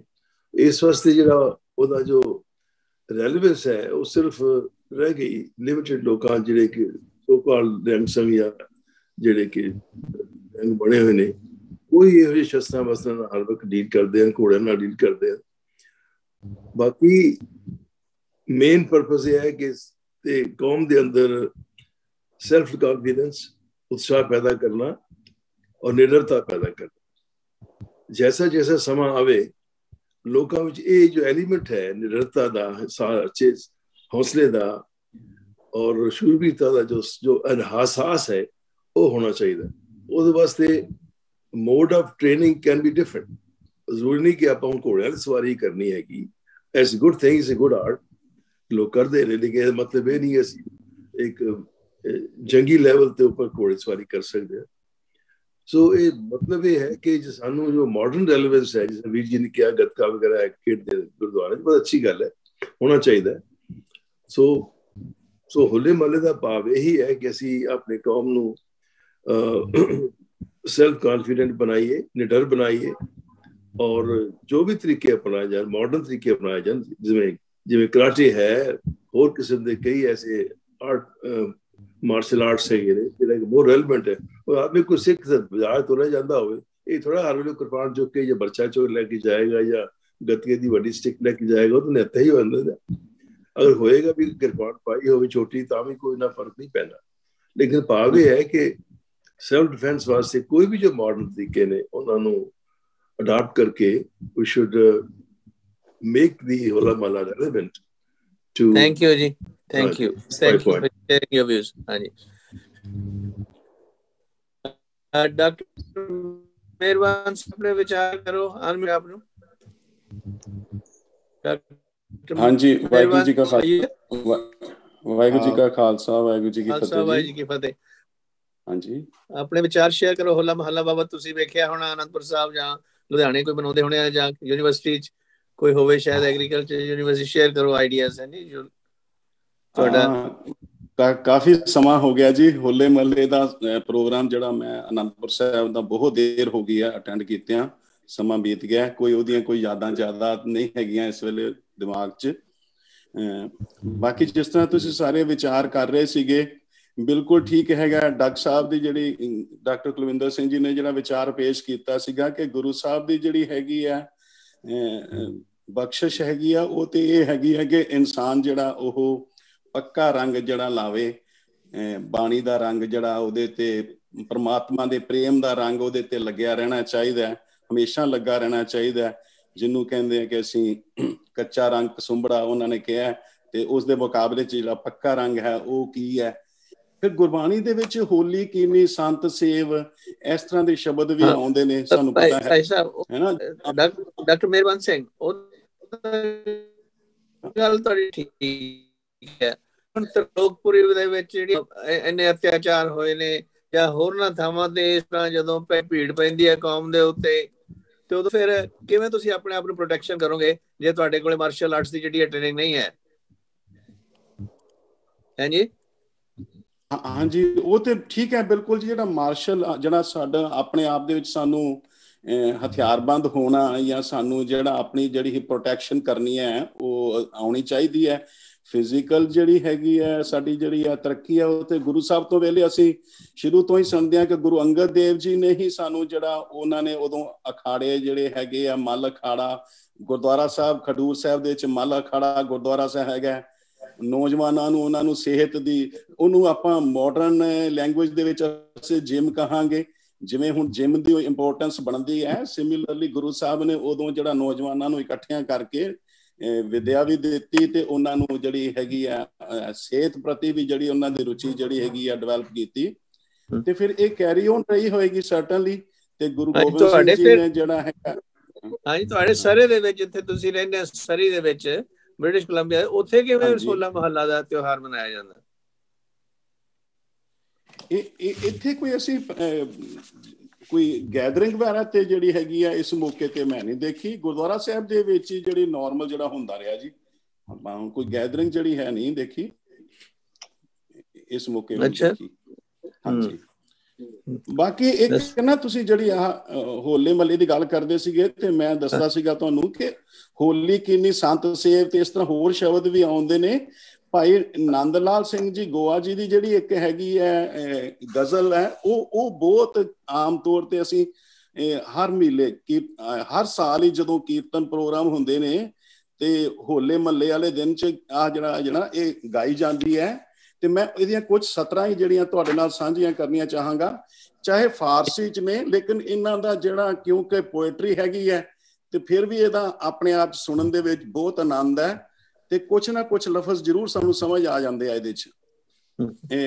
ਗੁਲੇ ਹੋਲੀ ਬਬਾਗੇ ਦਹਰ ਬੂ ਕਰ ਦੇ, ਲਬੇ ਚੂ ਗੁੰਚਰਾ ਫਰਖੰਦ ਖੂ ਕਰ ਦੇ, ਗੁਲਾਬੋ ਅੰਬਰੋ ਮੁਸ਼ਕੋ ਅਬੀਰੋ, ਚੁਬਾਰਾਂ ਬਾਰਸ਼ੇ ਅਜ਼ ਸੂ ਬਸੂ ਕਰਦ, ਜ਼ਹੇ ਪਿਚਕਾਰੀਏ ਪੁਰਜ਼ਾ ਫਰਾਨੇ, ਕਿ ਹਰ ਬੇਰੰਗ ਰਾ ਖੁਸ਼ ਰੰਗ ਬੂ ਕਰਦ, गुलाल अफशानिये दस्ते मुबारक, जमीनो आसमारा सुरखरू कर दे, दो आलम गश्त रंगी अज तफैलिश, चुशाहम जाम रंगी दर गुलू कर दे, कसे को दीद दीदारे मुकद्दस, मुरादे उम्र रा हासिल निको कर दे। अखीरलियां पंक्तियां ने, शबद कुर्बान खाके राहे संगत, ਦਿਲੇ ਗੋਇਆ ਹਮੀਰਾ ਆਰਜ਼ੂ ਕਰਦ। ਸੋ ਉਹ ਅਖੀਰਲੀਆਂ ਪੰਕਤੀਆਂ ਦੇ ਮਾਇਨੇ ਜਿਹੜੇ ਨੇ ਉਹ ਇਹ ਦੱਸੇ ਗਏ ਨੇ ਕਿ ਗੋਆ ਜੀ ਕਹਿੰਦੇ ਨੇ, ਭਾਈ ਨੰਦ ਲਾਲ ਸਿੰਘ ਜੀ ਗੋਆ, ਕਿ ਮੈਂ ਸੰਗਤ ਦੀ ਜਿਹੜੀ ਖਾਕ ਹੈਗੀ ਆ, ਚਰਨਾਂ ਦੀ ਧੂੜ ਹੈਗੀ ਆ, ਉਹਦੇ ਤੋਂ ਕੁਰਬਾਨ ਜਾਣਾ, ਤੇ ਮੇਰੀ ਬਸ ਇਹੀ ਆਰਜ਼ੂ ਹੈਗੀ ਹੈ ਕਿ ਮੈਨੂੰ ਸੰਗਤ ਦੀ ਧੂੜ ਮਿਲੇ। ਹਾਂਜੀ, ਸੋ ਇਹ ਗਜ਼ਲ ਜਿਹੜੀ ਹੈਗੀ ਆ ਬਹੁਤ ਪਾਪੂਲਰ, ਆਪਾਂ ਬਹੁਤ ਪਿਆਰ ਨਾਲ ਗਾਈ ਜਾਂਦੀ ਆ ਜੀ ਇਹ। ਥੈਂਕ ਯੂ ਜੀ, ਥੈਂਕ ਯੂ ਫॉर ਸ਼ੇਅਰਿੰਗ। ਮੈਨੂੰ ਸਮਝ ਤਾਂ ਨਹੀਂ ਲੱਗੀ ਕੀ ਹੈ ਇਹਦੇ ਵਿੱਚ, ਪਰ it seems good for the ears। ਹਾਂ ਤੇ ਚਲੋ ਸਾਨੂੰ ਆਪਣੇ ਰਿਸੋਰਸਿਸ ਜਿਹੜੇ ਨੇ ਉਹ ਪਤਾ ਹੋਣੇ ਚਾਹੀਦੇ ਨੇ। ਹਾਂਜੀ ਠੀਕ ਹੈ। ਤੇ Harminder, going back to you, ਕਿ ਬਈ ਸਾਨੂੰ ਇਹ ਜਿਹੜੇ ਹੈਗੇ ਨੇ ਹੋਲਾ ਮਹੱਲਾ ਪ੍ਰੋਜੈਕਟ ਤੇ ਫਾਊਂਡੇਸ਼ਨ ਦੇ ਵਿੱਚ ਬਹੁਤ ਮਤਲਬ ਉਤਸ਼ਾਹ ਮਨਾਇਆ ਜਾਂਦਾ ਹੈ ਇਹ, ਕਿਉਂਕਿ ਜਿਹੜੀ ਮਾਰਸ਼ਲ ਸਪਿਰਿਟ ਹੈ ਵੀ ਹੈਵ ਟੂ ਕੰਟੀਨਿਊ। ਜੇ ਸਾਡੇ ਵਿੱਚੋਂ ਖਤਮ ਹੋ ਗਈ ਤਾਂ ਅਸੀਂ ਵੀ ਵਿਲ ਬਿਕਮ ਸਿਟਿੰਗ ਡਕਸ, ਜਿਵੇਂ ਕਿ ਸਾਡੇ ਰॉयट ਸਟੋਰੀ ਨੇ ਇੰਦਰਾ ਗਾਂਧੀ ਦੇ ਕਤਲ ਤੋਂ ਬਾਅਦ ਤੇ ਉਸ ਤੋਂ ਬਾਅਦ ਹੋਰਾਂ ਟਾਈਮਾਂ ਦੇ ਵਿੱਚ ਵੀ, ਈਵਨ ਡਿਊਰਿੰਗ ਪਾਰਟੀਸ਼ਨ ਜਾਂ ਹੋਰ ਟਾਈਮ ਤੇ ਜਿਹੜਾ ਮਹਾਰਾਜ ਨੇ ਸਾਨੂੰ ਸਿਖਾਇਆ ਸੀਗਾ, ਸਬਕ ਸਿਖਾਇਆ ਸੀਗਾ, ਜਿਹੜਾ ਅਸੀਂ ਕਹਿੰਦੇ ਹਾਂ ਚਿੜੀਆਂ ਕੋਲੋਂ ਬਾਜ ਤੜਾਊਂ ਸਵਾ ਲੱਖ ਸੇਕ ਲੜਾਊਂ, ਨਹੀਂ ਤਾਂ ਉਹ ਮੂੰਹ ਜ਼ਬਾਨੀ ਗੱਲ ਹੈਗੀਆਂ ਜੇ ਸਾਨੂੰ ਲੋੜ ਵੀ ਆਪਣਾ ਪ੍ਰੋਟੈਕਟ ਹੈ। ਸੋ ਇਹ ਜ਼ਰੂਰਤ ਪੈਦਾ ਕਰਨ ਦੇ ਲਈ ਸਾਨੂੰ ਬਹੁਤ ਜ਼ਰੂਰਤ ਹੈ ਕਿ ਵੀ ਅਸੀਂ ਇਹਦੇ ਉੱਤੇ ਧਿਆਨ ਦੇਈਏ। ਈਵਨ ਜਿਹੜੇ ਪੰਜਾਂ ਪਿਆਰਿਆਂ ਦੇ ਨਾਂ ਸਾਨੂੰ ਦੱਸਦੇ ਨੇ, ਭਾਈ ਦਇਆ ਸਿੰਘ, ਧਰਮ ਸਿੰਘ, ਹਿੰਮਤ ਸਿੰਘ, ਮੋਹਕਮ ਸਿੰਘ, ਇਹ ਚਾਰੇ ਜੇ ਗੁਣ ਨਾ ਹੋਣਗੇ ਸਾਡੇ 'ਚ, ਅਸੀਂ ਸਾਹਿਬ ਨਹੀਂ ਬਣ ਸਕਦੇ। ਸਾਡੇ ਜਿਹੜੀ ਸਵੈਮਾਨਤਾ ਤੇ ਸਾਡੀ ਜਿਹੜਾ ਇੰਡੀਪੈਂਡੈਂਸ ਆ ਉਹ ਚੰਗੇ ਗੁਣ ਧਾਰਨ ਤੇ ਹੀ ਆ, ਤੇ ਉਹ ਕਹਿਣ ਨਾਲ ਕੁਛ ਨਹੀਂ ਬਣਦਾ ਜਿੰਨਾ ਚਿਰ ਕਿ ਉਹਨਾਂ ਦੇ ਵਿੱਚ ਪ੍ਰੈਕਟਿਸ ਦਾ ਰੂਪ ਨਾ ਦਿੱਤਾ ਜਾਵੇ। ਇਹਨਾਂ ਵੱਲ ਕੀ ਵਿਚਾਰ ਹਰਮਿੰਦਰ ਤੁਹਾਡਾ? ਮੈਂ ਸਹਿਮਤ ਹਾਂ ਤੁਹਾਡੇ ਇਹਨਾਂ ਵਿਚਾਰਾਂ ਦੇ ਨਾਲ ਜੀ, ਪਰ ਇਹ ਹੈ ਵੀ ਉਹ ਜਦੋਂ ਉਹਨਾਂ ਨੂੰ ਪ੍ਰੈਕਟੀਕਲ ਰੂਪ ਦੇਣ ਦੇ ਲਈ, ਜਿੱਥੇ ਇੱਕ ਪਾਸੇ ਦੀਵਾਨ ਹਾਲ ਦੇ ਵਿੱਚ ਟ੍ਰੇਨਿੰਗ ਹੈ ਸਪਿਰਿਚੁਅਲ ਫਿਟਨੈਸ ਦੀ, ਸਪਿਰਿਚੁਅਲ ਅਵੇਕਨਿੰਗ ਦੀ, ਜਿਨ੍ਹਾਂ ਚੀਜ਼ਾਂ ਦੀ ਤੁਸੀਂ ਜ਼ਿਕਰ ਕੀਤਾ, ਦਇਆ, ਧਰਮ, ਸਤ, ਸੰਤੋਖ, ਧੀਰੇ ਨੂੰ ਜੀਵਨ ਦੇ ਵਿੱਚ ਲਿਆਉਣ ਦੀ, ਪਰ ਦੂਜੇ ਪਾਸੇ ਫਿਜ਼ੀਕਲ ਫਿਟਨੈਸ ਦੇ ਲਈ ਵੀ ਜਿਹੜੀ ਹੈ ਇਹ ਜਿਹੜੀਆਂ ਚੀਜ਼ਾਂ ਨੇ, ਮੈਂ ਬੜੇ ਬੱਚਿਆਂ ਦੀ ਉਦਾਹਰਨ ਦੇ ਸਕਦਾ ਜਿਨ੍ਹਾਂ ਨੇ ਗੁਰਦੁਆਰੇ ਇਕੱਲੀ ਉਹ ਜਿਹੜੀ ਆਪਦਾ ਗੱਤਕੇ ਵਗੈਰਾ ਦੀ ਟ੍ਰੇਨਿੰਗ ਲਈ, ਉਹ ਬੰਦੇ ਬਾਅਦ ਚ ਟਾਈਕਵਾਂਡੋ, ਮਾਰਸ਼ਲ ਆਰਟਸ, ਹੋਰ ਚੀਜ਼ਾਂ ਜਿਹੜੀਆਂ ਇੱਥੇ ਅਵੇਲੇਬਲ ਨੇ ਇੱਥੇ ਕੌਮ ਦੇ ਵਿੱਚ, ਉਹ ਵੀ ਸਿੱਖਦੇ ਨੇ। ਈਵਨ ਆਈ ਨੋ ਕਲੀਅਰ ਐਗਜ਼ਾਮਪਲਸ। ਕਈ ਵਾਰ ਜਦੋਂ ਮੈਂ ਟੈਕਸਸ ਦੇ ਵਿੱਚ ਵੀ ਸੀ, ਇੱਕ ਵਾਰ ਮੈਂ ਦੇਖਿਆ ਪਾਰਕਿੰਗ ਲਾਟ ਦੇ ਵਿੱਚ ਇੱਕ ਬੱਚੇ ਨੂੰ, ਲੜਕੀਆਂ ਸੀਗੀਆਂ, 2 ਗਰੋਸਰੀ ਲੈ ਕੇ ਆਈਆਂ, ਪਿੱਛੇ ਕੋਈ ਬੰਦੇ ਆ ਗਏ, ਇਟ ਵਾਸ ਗੈਟਿੰਗ ਡਾਰਕ, ਉਹ ਲੜਕੀ ਨੇ ਕਿਤੇ ਉਹਦੇ ਤਾਂ ਬਲੈਕ ਬੈਲਟਡ ਸੀਗੀ, ਮੈਂ ਉਦਾਹਰਨ ਦੇ ਤੌਰ ਤੇ ਹੀ ਦੱਸ ਰਿਹਾ ਐਜ਼ ਏ ਮੈਸੇਜ, ਉਹਨੇ ਉਹ ਬੰਦਾ ਉਹਨੂੰ ਫੜਨ ਲੱਗਿਆ, ਉਹਨੇ ਆਪਦਾ ਬਾਂਹ ਉੱਤੇ ਕਰਕੇ ਦੂਜਾ ਉਹਦੇ ਢਿੱਡ 'ਚ ਮਾਰਿਆ ਮੁੱਕਾ, ਤੇ ਐਨ ਦੂਜੇ ਪਾਸੇ ਭੱਜ ਗਿਆ, ਦੂਜਾ ਨਾਲ ਦਾ ਵੈਸੇ ਹੀ ਡਰ ਕੇ ਭੱਜ ਗਿਆ। Those kind of trips and ticks ਨੇ ਜਿਹੜੇ ਨਾ ਸਾਡੇ ਕੋਲੇ। ਇਹ ਜਿਹੜਾ ਗੱਤਕਾ ਵੀ ਹੈ ਨਾ ਜੀ, ਜਿਵੇਂ ਤੁਸੀਂ ਦੇਖੋ ਡਾਂਗ ਨੂੰ ਕਿਸ ਤਰ੍ਹਾਂ ਤੁਸੀਂ ਚਲਾਉਣਾ, ਕਿਵੇਂ ਉਹਨੂੰ ਵਰਤਣਾ ਹੈ, ਗੋਲਿਆਂ ਨੂੰ ਕਿਵੇਂ ਚਲਾਉਣਾ, ਚੱਕਰਾਂ ਨੂੰ ਕਿਵੇਂ ਚਲਾਉਣਾ, all those things they give you confidence, they give you the courage that no matter where you are, no matter even in bad circumstances, you can make the best out of it and you can survive. Not only you can survive, you can thrive and you can help others. So ਇਹ ਜਿਹੜੀ training ਹੈ ਦੇਣੀ, ਜਿੱਥੇ ਗੁਰਬਾਣੀ ਦੇ ਨਾਲ ਜਿਹੜਾ ਸਾਨੂੰ ਹੈ ਨਾ, ਜਾਕੋ ਹਰ ਰੰਗ ਲੱਗ ਗਏ ਸੋ ਕਹੀਏ ਹੈ ਸੂਰਾ, ਜਿੱਥੇ ਉਧਰਲੇ ਪਾਸੇ ਸੂਰਮਾ ਬਣਨਾ ਭਾਈ, ਉਹ ਸੂਰਮੇ ਦੇ ਨਾਲ ਬਣਨ ਦੇ ਨਾਲ ਤੁਹਾਨੂੰ ਹੋਣਾ ਵੀ ਚਾਹੀਦਾ ਨਹੀਂ ਜੀ, ਤੁਹਾਡੇ ਵਿੱਚ ਆਪ ਦੇ ਵਿੱਚ ਵੀ ਜਾਨ ਚਾਹੀਦੀ ਮਾੜਾ ਮੋਟਾ ਹੈ ਜੀ। ਵੀਰਤਾ ਦਾ ਸੁਭਾਗ ਇੱਕ ਤਾਂ ਹੈ ਭਾਈ ਬਚਿੱਤਰ ਸਿੰਘ ਦਾ, ਉਹ ਦੇਖੋ ਇਹਦੇ ਬੜੇ ਹਾਥੀ ਨਾਲ ਲੜਨਾ, ਗੁਰੂ ਪਾਤਸ਼ਾਹ ਦਾ ਥਾਪੜਾ, ਇੱਕ ਪਾਸੇ ਥਾਪੜਾ ਹੈ, ਦੂਜੇ ਪਾਸੇ ਨਾਲ ਸਕਿੱਲ ਸੈਟਸ ਵੀ ਜ਼ਰੂਰੀ ਨੇ। ਇਹ ਦੋਨਾਂ ਚੀਜ਼ਾਂ ਦਾ ਸੁਮੇਲ ਆ, ਸਾਨੂੰ ਤਾਂ ਮਹਾਰਾਜ ਨੇ ਦਿੱਤਾ ਹੀ ਸੁਮੇਲ ਆ। ਮੀਰੀ ਪੀਰੀ ਕੀ ਹੈ, ਸੁਮੇਲ ਹੀ ਹੈ ਨਾ ਜੀ ਮੀਰੀ ਪੀਰੀ। ਬਸ ਇਹ ਆ ਵੀ ਸਾਡੇ ਕੋਲੇ ਅਨਫੋਰਚੂਨੇਟਲੀ ਵੀ ਲੈਕ ਦੈਟ, ਉਹ ਜਿਹੜੀ ਬੈਲੈਂਸਡ ਲਾਈਫ ਹੈ ਜਿਹੜੀ, ਹਾਂਜੀ ਇਹ ਦੋਨਾਂ ਦਾ ਬਹੁਤ ਜ਼ਰੂਰੀ ਹੈ। ਅਸੀਂ ਗੁਰਦੁਆਰੇ ਦੇ ਵਿੱਚ ਬੱਚਿਆਂ ਨੂੰ ਤੇ ਵੱਡਿਆਂ ਨੂੰ ਇੱਥੇ ਹੀ ਐਮਫੈਸਿਸ ਦਿੰਦੇ ਹਾਂ ਜੀ, not all that follow but at least ਜੋ ਫਾਲੋ ਕਰਨ ਭਲਾ ਹੀ ਭਲਾ, ਵਧੀਆ ਹੀ ਵਧੀਆ। ਹਾਂਜੀ ਥੈਂਕ ਯੂ ਗਿਆਨੀ ਧਰਮ ਸਿੰਘ ਜੀ। ਦੇਖੋ ਜਿਹੜਾ ਗੁਰੂ ਹਰਗੋਬਿੰਦ ਸਾਹਿਬ ਨੇ ਮੇਰੀ ਪੀਰੀ ਦਾ ਸਿਧਾਂਤ ਦਿੱਤਾ, ਉਹਨਾਂ ਨੇ ਵੀ ਲੜਾਈਆਂ ਲੜੀਆਂ ਨੇ ਸੈਲਫ ਪ੍ਰੋਟੈਕਸ਼ਨ ਦੇ ਲਈ। ਇਸੇ ਤਰ੍ਹਾਂ ਬਾਅਦ ਦੇ ਵਿੱਚ ਵੀ ਜਿਵੇਂ ਭਗਾਣੀ ਦਾ ਯੁੱਧ, ਨਦੌਣ ਦਾ ਯੁੱਧ, ਇਹ ਸਾਰੇ ਯੁੱਧ, ਹੁਸੈਨੀ ਵਾਲਾ, ਇਹ ਸਾਰੇ ਖਾਲਸਾ ਸਾਜਣ ਤੋਂ ਪਹਿਲਾਂ ਦੇ ਨੇ। ਤੇ ਟ੍ਰੇਨਿੰਗ ਤਾਂ ਸੀਗੀ ਮਾਰਸ਼ਲ ਟ੍ਰੇਨਿੰਗ, ਪਰ ਫਿਰ ਵੀ ਮਹਾਰਾਜ ਨੇ ਖਾਲਸਾ ਸਾਜਿਆ। We will take that subject next time. ਪਰ ਜਿਹੜਾ ਹੋਲਾ ਮਹੱਲਾ ਦਾ ਤਿਉਹਾਰ ਸ਼ੁਰੂ ਕਰਨਾ ਬਾਵਜੂਦ ਇਹਨਾਂ ਚੀਜ਼ਾਂ ਦੇ, ਉਹਦੇ ਵਿੱਚ ਕੀ ਰਾਜ਼ ਸੀਗਾ? ਕੋਈ ਇਮੇਜਿਨ ਕਰ ਸਕਦੇ ਇਹਦੇ ਬਾਬਤ? ਇਸ ਤਰ੍ਹਾਂ ਜੀ, ਜਿਹੜਾ ਹੈਗਾ ਨਾ ਹੋਲੀ ਤੇ ਹੋਲਾ, ਕਾਫੀ ਗੱਲਾਂ ਹੋ ਚੁੱਕੀਆਂ ਨੇ ਬਾਣੀ ਦੇ ਵਿੱਚ। ਹੋਲੀ ਦੇ ਨਾਲ ਸੰਬੰਧਿਤ ਬੜੇ ਸ਼ਬਦ ਆ, ਉਹਦੇ 'ਚ ਇਹੋ ਹੀ ਦੱਸਿਆ ਵਾ ਵੀ ਜਿਹੜਾ ਬਾਹਰ ਦਾ ਗੰਦ, ਚਿੱਕੜ ਤੇ ਹੋਰ ਰੰਗ ਨੇ, ਇਹਨਾਂ ਦੀ ਥਾਂ ਤੇ ਪ੍ਰਮਾਤਮਾ ਦੇ ਨਾਮ ਦਾ ਰੰਗ ਜਿਹੜਾ ਆ ਵੀ ਉਹ ਸਭ ਤੋਂ ਉੱਤਮ ਆ। ਤੇ ਇਹ ਗੁਰਸਿੱਖ ਆਪਸ ਦੇ ਵਿੱਚ ਮਿਲ ਕੇ ਜਦੋਂ ਪਰਮੇਸ਼ਰ ਦੀ ਸਿਫਤ ਸਲਾਹ ਕਰਦੇ ਆ ਤੇ ਇਹੋ ਹੀ ਹੋਲੀ ਖੇਡਣੀ ਆ। ਇਹ ਤੇ ਬੜਾ ਸੋਹਣਾ ਦੱਸਿਆ। ਜਿੱਥੋਂ ਤੱਕ ਦੂਸਰਾ ਹੈਗਾ ਹੋਲੇ ਦਾ ਸੰਬੰਧ, ਭਾਵੇਂ ਹੋਲੀ ਤੋਂ ਹੀ ਜਿਹੜਾ ਆ ਉਹਨਾਂ ਦਿਨਾਂ ਦੇ ਵਿੱਚ ਹੀ ਹੁੰਦਾ ਵਾ, ਉਹਦੇ ਨਾਲ ਇਹਦਾ ਉਹ ਸਿਧਾਂਤਕ ਤੌਰ ਤੇ ਕੋਈ ਮੇਲ ਨਹੀਂ ਆ, ਉਹਦਾ ਆਪੋਜਿਟ ਹੀ ਆ ਬਲਕਿ।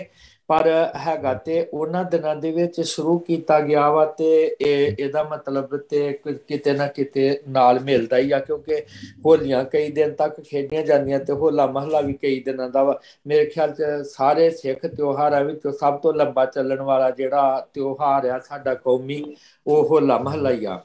ਤੇ ਇਸ ਕਰਕੇ ਉੱਥੇ ਸਾਰੇ ਹੀ ਰੰਗ ਹੁੰਦੇ ਆ, ਕੀਰਤਨ ਹੁੰਦੇ ਆ, ਉੱਥੇ ਦੀਵਾਨ ਸੱਜਦੇ ਆ, ਫਿਰ ਮਹੱਲੇ ਨਿਕਲਦੇ ਆ, ਉੱਥੇ ਘੋੜ ਦੌੜਾਂ ਹੁੰਦੀਆਂ ਨੇ, ਸ਼ਸਤਰ ਵਿਦਿਆ ਦੇ ਜੌਹਰ ਜਿਹੜੇ, ਸਾਰਾ ਕੁਝ ਹੀ ਹੁੰਦਾ। ਜਿਹੜਾ ਇਹ ਹੋਲੇ ਮਹੱਲੇ ਦਾ ਤਿਉਹਾਰ ਸ਼ੁਰੂ ਇਹ ਜਿਹੜਾ ਕਿਉਂ ਕੀਤਾ ਗਿਆ, ਕਿੱਦਾਂ, ਇਹ ਤੇ ਅਸਲ ਦੇ ਵਿੱਚ ਗੁਰੂ ਸਾਹਿਬ ਜਾਣਦੇ। ਪਰ ਜੋ ਸਾਨੂੰ ਇਤਿਹਾਸਕ ਤੌਰ ਤੇ ਮਿਲਦਾ ਉਹ ਇਹੋ ਹੀ ਆ ਵੀ ਵੈਸੇ ਤੇ ਸ਼੍ਰੀ ਗੁਰੂ ਹਰਗੋਬਿੰਦ ਸਾਹਿਬ ਜੀ ਮਹਾਰਾਜ ਜੀ ਨੇ ਆਪ ਸ਼ਸਤਰ ਪਹਿਨੇ, ਮੀਰੀ ਪੀਰੀ ਦੀਆਂ ਗੁਰਸਿੱਖਾਂ ਨੂੰ ਸਾਰਿਆਂ ਨੂੰ ਕਿਹਾ ਸ਼ਸਤਰਧਾਰੀ ਹੋਣ ਲਈ। ਅਕਾਲ ਤਖ਼ਤ ਦੀ ਉਹਨਾਂ ਨੇ ਸਾਜਨਾ ਕੀਤੀ। ਉਹਦੇ ਤੋਂ ਬਾਅਦ ਉਹਨਾਂ ਨੇ 4 ਜੰਗਾਂ ਵੀ ਲੜੀਆਂ ਸ਼ਾਹਜਹਾਨ ਦੇ ਨਾਲ, ਜਿਨ੍ਹਾਂ 'ਚ ਸ਼ਾਨਦਾਰ ਜਿੱਤਾਂ ਪ੍ਰਾਪਤ ਕੀਤੀਆਂ। ਗੁਰੂ ਹਰਗੋਬਿੰਦ ਸਾਹਿਬ ਜੀ ਕੋਲੋਂ ਸਾਰੀ 6ਵੇਂ ਪਾਤਸ਼ਾਹ ਵਾਲੀ ਫੌਜ ਜਿਹੜੀ ਉਹਨਾਂ ਦੇ ਕੋਲ ਸੀਗੀ, ਤੇ ਉਹ ਹੋ ਸਕਦਾ ਉਹ ਅੱਗੇ ਵੀ ਗੁਰੂ ਤੇਗ ਬਹਾਦਰ ਜੀ ਮਹਾਰਾਜ ਆਪ ਖੁਦ ਬੜੇ ਮਹਾਨ ਯੋਧੇ ਸੀਗੇ। ਉਹਨਾਂ ਦੀ ਵੀਰਤਾ ਕਰਕੇ ਹੀ ਤਿਆਗਮੱਲ ਤੋਂ ਤੇਗ ਬਹਾਦਰ ਉਹਨਾਂ ਦਾ ਨਾਮ, ਜਿਹੜਾ ਕਰਤਾਰਪੁਰ ਦੇ ਜੰਗ ਵਿੱਚ ਗੁਰੂ ਹਰਗੋਬਿੰਦ ਸਾਹਿਬ ਜੀ ਨੇ ਕੀਤਾ ਸੀ। ਫਿਰ ਗੁਰੂ ਗੋਬਿੰਦ ਸਿੰਘ ਜੀ ਮਹਾਰਾਜ ਜਿਹੜੇ ਨੇ, ਉਹਨਾਂ ਦੇ ਬਾਰੇ ਤੇ ਕਹਿਣਾ ਹੀ ਕੀ ਆ। ਤੇ ਇਸ ਕਰਕੇ ਕਿ ਜਿੱਥੇ ਸਾਨੂੰ ਜਿਸਮਾਨੀ ਤੌਰ ਤੇ, ਜਿੱਥੇ ਸਾਨੂੰ ਕੌਮੀ ਤੌਰ ਤੇ ਸ਼ਸਤਰ ਵਿਦਿਆ ਤੇ ਮੀਰੀ ਪੀਰੀ ਦਾ ਸਿਧਾਂਤ ਗੁਰੂ ਸਾਹਿਬ ਜੀ ਨੇ ਬਖਸ਼ਿਸ਼ ਕੀਤਾ, ਤੇ ਉਹਦੇ ਨਾਲ ਕੋਈ ਸਾਡਾ ਤਿਉਹਾਰ ਜਿਹੜਾ ਜੁੜ ਜਾਣਾ, ਇਹ ਇੱਕ ਸਦੀਵੀ ਤੌਰ ਤੇ ਸਾਨੂੰ ਇਸ ਸੰਕਲਪ ਦੇ ਨਾਲ ਜੋੜਦਾ ਆ ਕਿ ਇਹਦੀ ਕਿੰਨੀ ਵੱਡੀ ਮਹੱਤਤਾ ਆ। ਤੇ ਮੇਰੇ ਤੇ ਖਿਆਲ 'ਚ ਵੀ ਇੰਨਾ। ਥੈਂਕ ਯੂ ਜੀ, ਥੈਂਕ ਯੂ। ਆਪਣੇ ਨਾਲ ਹੁਣ ਗਿਆਨੀ ਮਨਦੀਪ ਸਿੰਘ ਵੀ ਜੁੜ ਗਏ ਨੇ। ਗਿਆਨੀ ਮਨਦੀਪ ਸਿੰਘ ਜੀ, ਵੈਲਕਮ। ਅਸੀਂ ਆਪਣੇ ਮੁਹੱਲੇ ਦੀ ਗੱਲ ਕਰ ਰਹੇ ਹਾਂ। ਤੁਸੀਂ ਵੀ ਉਹ ਇਲਾਕੇ ਦੇ ਨੇੜੇ ਦੇ ਅਨੰਦਪੁਰ ਸਾਹਿਬ ਗਏ ਹੋਗੇ ਕਿਤੇ। ਆਪ ਕੀ ਨਿੱਠਾ ਬਿਆਨ ਕਰੋ, ਖਿਆਲ ਸਾਂਝੇ ਕਰੋ ਵੀ ਕੀ ਹੈ। ਖਾਸ ਤੌਰ ਤੇ ਮੈਂ ਇਹ ਜਾਣਨਾ ਚਾਹੁੰਦਾ ਕਿ ਨਿਹੰਗਾਂ ਦਾ ਜ਼ਿਆਦਾ ਜ਼ੋਰ ਹੁੰਦਾ ਹੈ ਇਸ ਮੌਕੇ ਤੇ। ਸਿਰਫ ਕੱਲੇ ਨਿਹੰਗਾਂ ਦਾ ਇਹ ਤਿਉਹਾਰ ਹੈ ਜਾਂ ਕੋਈ ਹੋਰ ਵੀ ਸਿੱਖ ਸੰਗਤ ਇਹਦੇ ਵਿੱਚ ਹਿੱਸਾ ਲੈਂਦੀ ਹੈ? ਖਾਸ ਤੌਰ ਤੇ ਜਿਵੇਂ ਔਰਤਾਂ ਜਿਹੜੀਆਂ ਨੇ ਸਾਡੀਆਂ, ਉਹ ਵੀ ਕੋਈ ਹਿੱਸਾ ਲੈਂਦੀਆਂ ਇਹਦੇ ਵਿੱਚ? ਇਹ ਸ਼ੇਅਰ ਕਰੋ ਗਿਆਨੀ ਮਨਦੀਪ ਸਿੰਘ ਜੀ। ਵਾਹਿਗੁਰੂ ਜੀ ਕਾ ਖਾਲਸਾ, ਵਾਹਿਗੁਰੂ ਜੀ ਕੀ ਫਤਿਹ। ਇਹ ਬਹੁਤ ਵਧੀਆ ਆਪ ਜੀ ਨੇ ਜਿਹੜਾ ਟੌਪਿਕ ਜਿਹੜਾ ਲਿਆ ਹੈਗਾ, ਪਿਛਲੀ ਵਾਰ ਵੀ ਮੇਰੇ ਖਿਆਲ ਨਾਲ ਆਈ ਥਿੰਕ ਗੱਲ ਹੋਈ ਸੀਗੀ, ਆਪਾਂ ਸਟਾਰਟ ਕੀਤਾ ਸੀ ਇੱਥੋਂ। ਤੇ ਇਹ ਦੱਸਿਆ ਸੀਗਾ ਵੀ ਮਹਾਰਾਜ ਨੇ ਇੱਕ ਤਾਂ ਆਪਣੀ ਜਿਹੜੀ ਹੈਗੀ ਆ ਫੌਜੀ ਤਾਕਤ ਨੂੰ ਜਿਹੜਾ ਹੈਗਾ ਆ ਉਹਨੂੰ ਸਟਰੈਂਥਨ ਕਰਨ ਦੇ ਵਾਸਤੇ, ਕਿਉਂਕਿ ਉਦੋਂ ਸਮੇਂ ਦੀ ਮੰਗ ਸੀਗੀ ਵੀ ਜਿਸ ਤਰੀਕੇ ਦੇ ਨਾਲ ਪਹਾੜੀ ਰਾਜਿਆਂ ਦਾ ਜਿਹੜਾ ਮਾਹੌਲ ਸੀਗਾ, ਉਹਦੇ ਕਰਕੇ ਉਹ ਮਹਾਰਾਜ ਨੂੰ ਆਪਣੀ ਤਿਆਰੀ ਜਿਹੜੀ ਰੱਖਣੀ ਪਈ ਸੀ। ਕਿਉਂਕਿ ਚੰਗਾ ਲੀਡਰ ਪਹਿਲਾਂ ਹੀ ਜਿਹੜਾ ਆਉਣ ਵਾਲੀ ਸਥਿਤੀ ਨੂੰ ਭਾਂਪ ਲੈਂਦਾ ਹੈਗਾ, ਤੇ ਉਹ ਫਿਰ ਜੰਗੀ ਅਭਿਆਸ ਜਿਹੜੇ ਹੈਗੇ ਆ ਇਹਦੇ ਤੌਰ ਤੇ ਕੀਤੇ ਜਾਂਦੇ ਸੀਗੇ। ਇੱਕ ਕਿਉਂਕਿ ਸਾਡਾ ਜਿਹੜਾ ਸਿਸਟਮ ਜਦੋਂ ਧਰਮ ਦਾ ਜਿਹੜਾ ਸ਼ੁਰੂ ਹੋਇਆ ਨਾ, ਸਿੱਖ ਧਰਮ ਦਾ, ਇਹ ਸਮਾਜ ਵਿੱਚ ਸੁਧਾਰ ਲਿਆਉਣ ਦੇ ਵਾਸਤੇ ਸ਼ੁਰੂ ਹੋਇਆ। ਤੇ ਜਿੱਦਾਂ ਜੋ ਸਮਾਜਿਕ ਕੁਰੀਤੀਆਂ ਸੀਗੀਆਂ, ਜਿੱਦਾਂ ਰੰਗ ਦੀ ਗੱਲ ਗਿਆਨੀ ਧਰਮ ਸਿੰਘ ਜੀ ਨੇ ਕੀਤੀ ਹੈ ਕਿ ਇੱਕ ਦੂਜੇ ਦੇ ਗੰਦ ਪਾ ਕੇ ਜਾਂ ਰੰਗ ਪਾ ਕੇ ਜਿਹੜਾ ਹੈਗਾ ਪਹਿਲਾ ਤਿਉਹਾਰ ਜਿਹੜਾ ਹੈਗਾ ਇੱਕ ਦੂਜੇ ਨੂੰ ਮਜ਼ਾਕ ਦਾ ਪਾਤਰ ਬਣਾਇਆ ਜਾਂਦਾ ਸੀਗਾ, ਕਿ ਕਿਸੇ ਨੂੰ ਮਜ਼ਾਕ ਕਰਨਾ, ਉਹਦੇ ਉੱਤੇ ਰੰਗ ਪਾ ਦੋ, ਬਾਅਦ ਵਿੱਚ ਹੱਸਣਾ, ਉਹਨੂੰ ਠਿੱਠ ਕਰਨਾ, ਉਹਦਾ ਨਾਲ ਮਜ਼ਾਕ ਕਰਨਾ, ਤੇ ਉਹ ਇਸ ਤਰ੍ਹਾਂ ਦਾ ਸੀ। ਤੇ ਮਹਾਰਾਜ ਨੇ ਇਹ ਚੀਜ਼ ਨੂੰ ਜਿਹੜੀ ਹੈਗਾ ਜੰਗੀ ਕਰਤੱਬਾਂ ਦੇ ਵਾਸਤੇ ਵਰਤਿਆ, ਜਿਹੜੀਆਂ 2 ਫੌਜਾਂ ਤਿਆਰ ਕਰਨੀਆਂ, ਉਹ ਚੀਜ਼ਾਂ ਉੱਦਾਂ ਹੀ ਤੁਰੀਆਂ ਹੁੰਦੀਆਂ। ਬਾਕੀ ਜ਼ਰੂਰੀ ਨਹੀਂ ਵੀ ਨਿਹੰਗ ਸਿੰਘਾਂ ਦੀ ਗੱਲ ਹੈਗੀ ਆ ਉਹਦੇ ਵਿੱਚ। ਹੁਣ ਆਪਾਂ ਆਪਣੇ ਸੰਗੀਤ ਦੀ ਗੱਲ ਕਰੀਏ ਤੇ ਬਸੰਤ ਰਾਗ ਜਿਹੜਾ ਹੈਗਾ ਆ ਉਹ ਮਾਘੀ ਤੋਂ ਸ਼ੁਰੂ ਹੋ ਕੇ ਤਾਂ ਆਖਿਰ ਦੇ ਵਿੱਚ ਜਿਹੜਾ ਹੋਲਾ ਮਹੱਲਾ ਜਦੋਂ ਉਹਦੀ ਸਮਾਪਤੀ ਹੁੰਦੀ ਹੈ ਤੇ ਉਦੋਂ ਫਿਰ ਬਸੰਤ ਰਾਗ ਦਾ ਜਿਹੜਾ ਹੈਗਾ ਆ, ਕਿਉਂਕਿ ਉਸ ਦੌਰਾਨ ਜਿਹੜਾ ਗੁਰਮਤਿ ਸੰਗੀਤ ਵਿੱਚ ਜਿਹੜਾ ਬਸੰਤ ਰਾਗ ਹੈ ਉਹ ਫੋਰਐਵਰ ਹੁੰਦਾ, ਤੇ ਜਿਸ ਟਾਈਮ ਤੁਸੀਂ ਮਰਜ਼ੀ ਕੀਰਤਨ ਉਹਦਾ ਕਰ ਸਕਦੇ ਆ। ਫਿਰ ਐਂਡ ਦੇ ਵਿੱਚ ਬਸੰਤ ਦੇ ਨਾਲ ਹਿੰਡੋਲ ਮਿਕਸ ਕਰਕੇ ਤੇ ਗੁਰਬਾਣੀ ਦਾ ਸ਼ਬਦ ਜਿਹੜਾ ਦਸਮ ਪਾਤਸ਼ਾਹ ਦਾ ਅਸ ਕਿਰਪਾਨ ਖੰਡੋ ਖਰਗ ਤੁਕ ਕਾ ਤਬਰ ਅਰਤੀਰ, ਉਹ ਲਾ ਕੇ ਤਾਂ ਫਿਰ ਜਿਹੜੇ ਹੈਗੇ ਆ ਬਸੰਤ ਰਾਗ ਦੇ ਜਿਹੜਾ ਹੈਗਾ ਉਹਦੀ ਸੰਪੂਰਨਤਾ ਕੀਤੀ ਜਾਂਦੀ ਹੈ। ਫਿਰ ਉਹ ਤੋਂ ਬਾਅਦ ਦੇ ਵਿੱਚ ਜਿਸ ਤਰ੍ਹਾਂ ਮਾਰਨਿੰਗ ਟਾਈਮ ਦਾ ਬਸੰਤ ਰਾਗ ਹੈਗਾ, ਉਸ ਤੋਂ ਬਾਅਦ ਫਿਰ ਮਾਰਨਿੰਗ ਟਾਈਮ ਦੇ ਵਿੱਚ ਹੀ ਲੱਗਦਾ ਇਸ ਤੋਂ ਬਾਅਦ ਦੇ ਵਿੱਚ। ਤੇ ਇਹਦੇ ਦੌਰਾਨ ਜਿਹੜਾ ਹੈਗਾ ਆ ਬਸੰਤ ਰਾਗ ਦੇ ਵਿੱਚ ਇਹ ਚੀਜ਼ ਦਾ ਸੰਗੀਤਕ ਮਹੱਤਵ ਵੀ ਆ ਗਿਆ, ਇਕੱਲਾ ਜੰਗੀ ਗੱਲ ਨਹੀਂ ਹੈਗੀ, ਇਹ ਜਿਵੇਂ ਸੰਗੀਤ ਦੀ ਵੀ ਗੱਲ ਆ ਗਈ। ਫਿਰ ਇਹਦੇ ਤੋਂ ਇਲਾਵਾ ਕਵੀ ਦਰਬਾਰ ਹੁੰਦੇ ਆ, ਉੱਥੇ ਕਵੀ ਜਾਂਦੇ ਆ, ਨਾਰਮਲ ਜਿਹੜੀ ਸੰਗਤ ਹੈ, ਕਿਉਂਕਿ ਸਾਰੇ ਉੱਥੇ ਯੁੱਧ ਲੜਨ ਤਾਂ ਜਾਂਦੇ ਨਹੀਂ, ਸਾਰੇ ਦੇ ਸਾਰੇ ਨੌਜਵਾਨ ਜਾਂਦੇ, ਕੋਈ ਲੰਗਰ ਪ੍ਰਸ਼ਾਦਾ ਬਣਾਉਂਦਾ, ਕੋਈ ਵਲੰਟੀਅਰ ਵਰਕ, ਜਿਸ ਤਰੀਕੇ ਦੇ ਨਾਲ ਹਰ ਕੋਈ ਬੰਦਾ ਆਪਣੀ ਸ਼ਰਧਾ ਭਾਵਨਾ ਦਿਖਾਉਂਦਾ ਹੈਗਾ। ਤੇ ਇਸ ਕਰਕੇ ਇਹ ਇਕੱਲਾ ਨਿਹੰਗ ਸਿੰਘਾਂ ਦਾ ਤਿਉਹਾਰ ਨਹੀਂ ਰਹਿ ਜਾਂਦਾ। ਕਈ ਵਾਰੀ ਬੱਚੇ ਜਿਹੜੇ ਸਾਡੇ ਜਿਹੜੇ ਹੈਗੇ ਆ ਉਹ ਵੀ ਇੰਪ੍ਰੈਸ ਹੁੰਦੇ ਆ ਨਿਹੰਗ ਸਿੰਘਾਂ ਤੋਂ ਜਾ ਕੇ, ਉਹਨਾਂ ਦਾ ਜੀਵਨ ਜੋ ਦੇਖਦੇ ਆ, ਕਿਉਂਕਿ ਹਰ ਇੱਕ ਨਿਹੰਗ ਕੋਈ ਬੁਰਾ ਨਹੀਂ ਹੈਗਾ, ਹਰ ਇੱਕ ਆਪਾਂ 100% ਗਲਤ ਕਹਿ ਰਹੀਏ, ਉਹ ਤੋਂ ਬੱਚੇ ਉਹਨਾਂ ਦੀ ਲਾਈਫ ਸਟਾਈਲ ਤੋਂ ਇੰਪ੍ਰੈਸ ਵੀ ਹੁੰਦੇ ਆ, ਉਹਨਾਂ ਤੋਂ ਚੰਗੇ ਗੁਣ ਵੀ ਪ੍ਰਾਪਤ ਕਰਦੇ ਆ, ਕਿਉਂਕਿ ਉਹ ਉਹੀ ਟਾਈਮ ਹੁੰਦਾ 10-15 ਦਿਨ ਦਾ ਜਿਹਦੇ ਵਿੱਚ ਬੱਚੇ ਉਹਨਾਂ ਦੇ ਨੀਲੇ ਬਾਣੇ ਤੋਂ, ਉਹਨਾਂ ਦੇ ਘੋੜਿਆਂ ਤੋਂ, ਉਹਨਾਂ ਦੇ ਹਾਥੀਆਂ ਤੋਂ ਇੰਪ੍ਰੈਸ ਹੁੰਦੇ ਆ, ਤੇ ਉਹਨਾਂ ਦੇ ਮਨ 'ਚ ਵੀ ਚਾਹ ਹੁੰਦਾ ਵੀ ਇਹ ਇਸ ਤਰ੍ਹਾਂ ਫੌਜਾਂ ਤਿਆਰ ਹੁੰਦੀਆਂ ਹੈਗੀਆਂ, ਅਸੀਂ ਵੀ ਇਹਨਾਂ ਤੋਂ ਕੁਛ ਨਾ ਕੁਛ, ਜੇ ਬਹੁਤਾ ਪੂਰਾ ਨਹੀਂ ਤਾਂ ਅਸੀਂ ਕੁਛ ਨਾ ਕੁਛ ਸਿੱਖੀਏ। ਜਿਹੜੇ ਸਿੱਖਣ ਵਾਲੇ ਉਹ ਹਰ ਇੱਕ ਚੀਜ਼ 'ਚੋਂ ਸਿੱਖਿਆ ਜਿਹੜੀ ਪ੍ਰਾਪਤ ਕਰਦੇ, ਇਸ ਕਰਕੇ ਤਿਉਹਾਰ ਜਿਹੜਾ ਸਿੱਖਣ ਵਾਲਾ ਤਿਉਹਾਰ ਬਣ ਜਾਂਦਾ ਵੀ ਅਸੀਂ ਜਾ ਕੇ ਉੱਥੋਂ ਕੁਛ ਨਾ ਕੁਛ ਸਿੱਖ ਕੇ ਆਉਣਾ। ਜਿਹੜੇ ਬੰਦੇ ਸਿੱਖਣ ਵਾਲੇ ਹੈਗੇ ਆ ਉਹ ਕੁਛ ਨਾ ਕੁਛ ਇਹਦੇ ਵਿੱਚ ਜਾ ਕੇ ਸਿੱਖਦੇ ਆ। ਤੇ ਸਾਡਾ ਕੰਮ ਹੀ ਸੰਗਤ ਕਰਨ ਦਾ ਜਾਂ ਇਹ ਪ੍ਰੋਗਰਾਮ ਮਨਾਉਣ ਦਾ ਸਾਡਾ ਅਸਲ 'ਚ ਮਕਸਦ ਹੁੰਦਾ ਹੀ ਇਹ ਹੈ ਕਿ ਅਸੀਂ ਜਿੱਥੇ ਆਪਣੀ ਮਾਰਸ਼ਲ ਆਰਟ ਦੀ ਗੱਲ ਕਰੀਏ, ਉੱਥੇ ਕਲਾਸੀਕਲ ਸੰਗੀਤ, ਕਵੀ ਦਰਬਾਰ, ਜੋ ਵੀ ਸਮਾਗਮ ਹੁੰਦੇ ਆ ਉਹ ਵੱਧ ਤੋਂ ਵੱਧ ਜਿੱਧਰ ਸਾਡਾ ਇੰਟਰਸਟ ਹੈ, ਚੰਗੀਆਂ ਚੀਜ਼ਾਂ ਸਾਡਾ ਇੰਟਰਸਟ ਹੋਵੇ, ਉਹ ਇੱਕ ਮੇਲਾ ਗੇਲਾ ਬਣ ਕੇ ਨਾ ਰਹਿ ਜਾਵੇ, ਜਾਂ ਉਹ ਕਿੱਦਾਂ ਜਿੱਦਾਂ ਮਹਾਰਾਜ ਨੇ ਪਹਿਲਾਂ ਸਮਾਜਿਕ ਰੀਤੀ ਨੂੰ ਹਟਾ ਕੇ ਹੋਲਾ ਮਹੱਲਾ ਸ਼ੁਰੂ ਕੀਤਾ ਸੀ, ਤੇ ਕਿਤੇ ਇਹ ਵੀ ਚੀਜ਼ ਜਿਹੜੀ ਸਮਾਜਿਕ ਰੀਤੀ ਵਿੱਚ ਨਾ ਆ ਜਾਵੇ। ਇਸ ਚੀਜ਼ ਤੋਂ ਬਚਣ ਦੇ ਵਾਸਤੇ ਜੋ ਉਹਦੇ ਬੇਸਿਕ ਆ ਉਹਦੇ ਉੱਤੇ ਸਾਨੂੰ ਗੱਲ ਵੀ ਕਰਨੀ ਚਾਹੀਦੀ ਆ, ਤੇ ਉਹ ਤੋਂ ਸਾਨੂੰ ਸਿੱਖਣਾ ਚਾਹੀਦਾ ਵੀ ਅਸੀਂ ਇੱਕ ਮਿੰਟ ਤੁਹਾਡਾ ਵਿਚਾਲੇ ਸਿੱਖਣ ਦੇ ਵਾਸਤੇ। ਵਾਹਿਗੁਰੂ ਜੀ ਕਾ ਖਾਲਸਾ, ਵਾਹਿਗੁਰੂ ਜੀ ਕੀ ਫਤਿਹ। ਰੰਗਰੇਟੇ ਗੁਰੂ ਕੇ ਬੇਟੇ ਕਹੇ ਜਾਂਦੇ ਨੇ, ਹਾਂਜੀ, ਉਹਨਾਂ ਦਾ ਵੀ ਕੋਈ ਨਿਹੰਗ ਸਿੰਘਾਂ ਦਾ ਜੱਥਾ ਹੁੰਦਾ ਰੰਗਰੇਟੇ, ਉਹਨਾਂ ਦਾ ਕੀ ਖਾਸ ਰੋਲ ਹੁੰਦਾ? ਨਹੀਂ, ਕਿਉਂਕਿ ਸਿੱਖੀ ਤਾਂ ਸਾਰੇ ਬਰਾਬਰ ਹੈਗੇ ਰੰਗਰੇਟੇ। ਮੈਂ ਨਹੀਂ ਜਿੱਥੇ ਤੱਕ ਸਮਝਦਾ ਇਹ ਆਪਣੀ ਪਛਾਣ ਬਣਾਉਣ ਨੂੰ ਅਸੀਂ ਜੋ ਕੁਛ ਮਰਜ਼ੀ ਕਰ ਲਈਏ, ਮਗਰ ਇਹਦੇ ਵਿੱਚ ਕੋਈ ਰੰਗਰੇਟਾ ਅਲੱਗ ਨਹੀਂ ਹੈ। ਨਿਹੰਗ ਸਿੰਘ ਹੈ, ਉਹ ਹਰ ਇੱਕ ਸੰਪਰਦਾ 'ਚ ਹੁੰਦੇ ਆ, ਹਰ ਇੱਕ ਚੀਜ਼ ਹੁੰਦੀ ਆ। ਇਹ ਆਪਣੇ ਲੋਕਾਂ ਨੇ ਸਾਡੇ ਵਿੱਚ ਹੀ ਡਿਫਰੈਂਸ ਪੈਦਾ ਕਰਨ ਦੇ ਵਾਸਤੇ ਇਹ ਚੀਜ਼ ਪਾਤੀ ਵੀ ਜੱਟ ਸਿੰਘ ਹੈ, ਰੰਗਰੇਟਾ ਸਿੱਖ ਹੈ, ਜੇ ਇੱਥੇ ਸਾਰੇ ਬਰਾਬਰ, ਫੌਜ ਵੀ ਬਰਾਬਰ, ਹਰ ਇੱਕ ਚੀਜ਼ ਬਰਾਬਰ ਦਾ ਪਾਰਟਿਸਿਪੇਟ।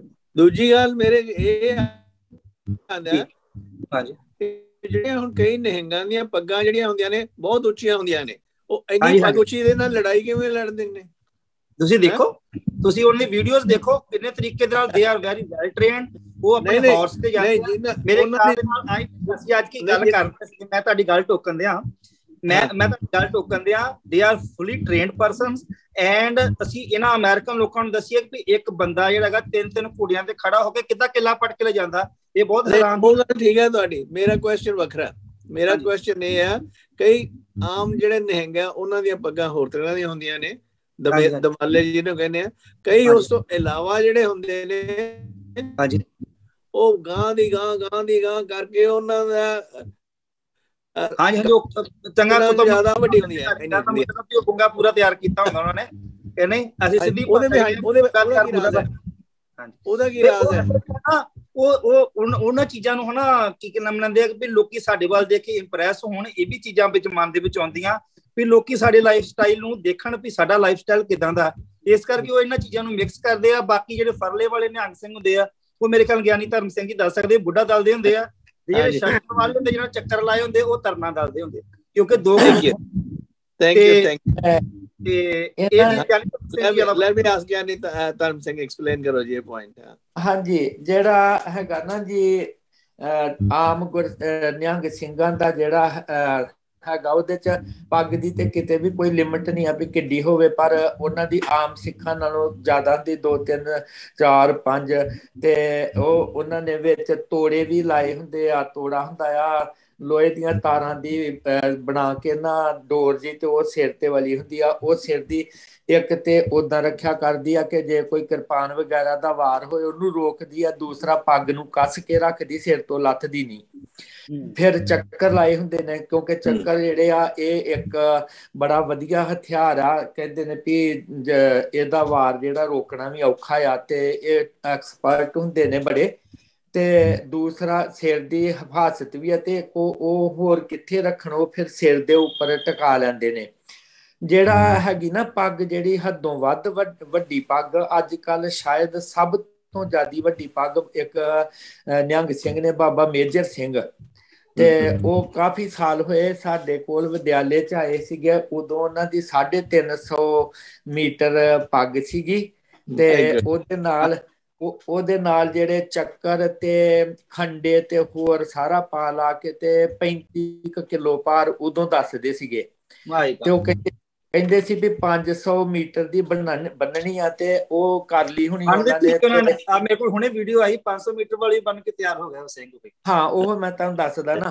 ਤੇ ਉਹ ਫਿਰ ਮੈਂ ਉਹਨਾਂ ਨੂੰ ਪੁੱਛਿਆ ਵੀ ਏਡੀ ਵੱਡੀ ਪੱਗ ਕਿਉਂ ਤੇ ਇਹਦਾ ਕਾਰਨ ਕੀ। ਉਹਨਾਂ ਨੇ ਜਿਹੜੀ ਸਟੋਰੀ ਦੱਸੀ ਉਹ ਬੜੀ ਇੰਟਰਸਟਿੰਗ ਆ।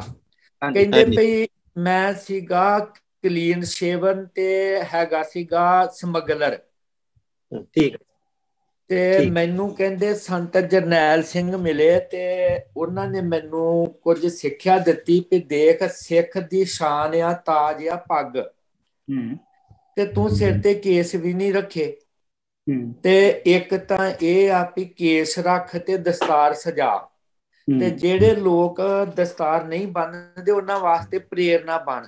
ਕਹਿੰਦਾ ਇਸ ਕਰਕੇ ਮੈਂ ਇਹ ਪੱਗ ਵੱਡੀ ਕਰੀ ਗਿਆ ਵਾਂ ਵੀ ਜਿਹੜੇ ਬਿਲਕੁਲ ਨਹੀਂ ਬੰਨਦੇ ਵੀ ਪੱਗ ਦਾ ਭਾਰ ਲੱਗਦਾ, ਉਹਨਾਂ ਨੂੰ ਮੈਂ ਦੱਸਾਂ ਵੀ ਪੱਗ ਦਾ ਭਾਰ ਨਹੀਂ ਲੱਗਦਾ। ਤੇ ਇਸ ਕਰਕੇ ਹਾਸੇ ਦੀ ਗੱਲ ਦੱਸਾਂ ਇੱਕ ਇਹਦੇ ਵਿੱਚ ਮੈਂ ਥੋੜੀ ਜਿਹੀ ਐਡ ਕਰਨੀ, 2 ਮਿੰਟ ਲੈਣੇ ਮੈਂ ਤੁਹਾਡੇ। ਅਸੀਂ ਪਹਿਲੀ ਵਾਰ ਜਿਹੜੇ ਤੋਂ ਕੈਨੇਡਾ ਐਮਬੈਸੀ ਚ ਪੇਸ਼ ਹੋਣ ਜਾਣਾ ਸੀ, 2003 ਦੀ ਗੱਲ ਆ। ਤੇ ਉਹ ਨਿਹੰਗ ਸਿੰਘ ਏਦਾਂ ਦਾ ਸੀ, ਤੇ ਉਹ 2 ਸੇਵਾਦਾਰ ਉਹਨੂੰ ਰੱਖੇ ਸੀਗੇ।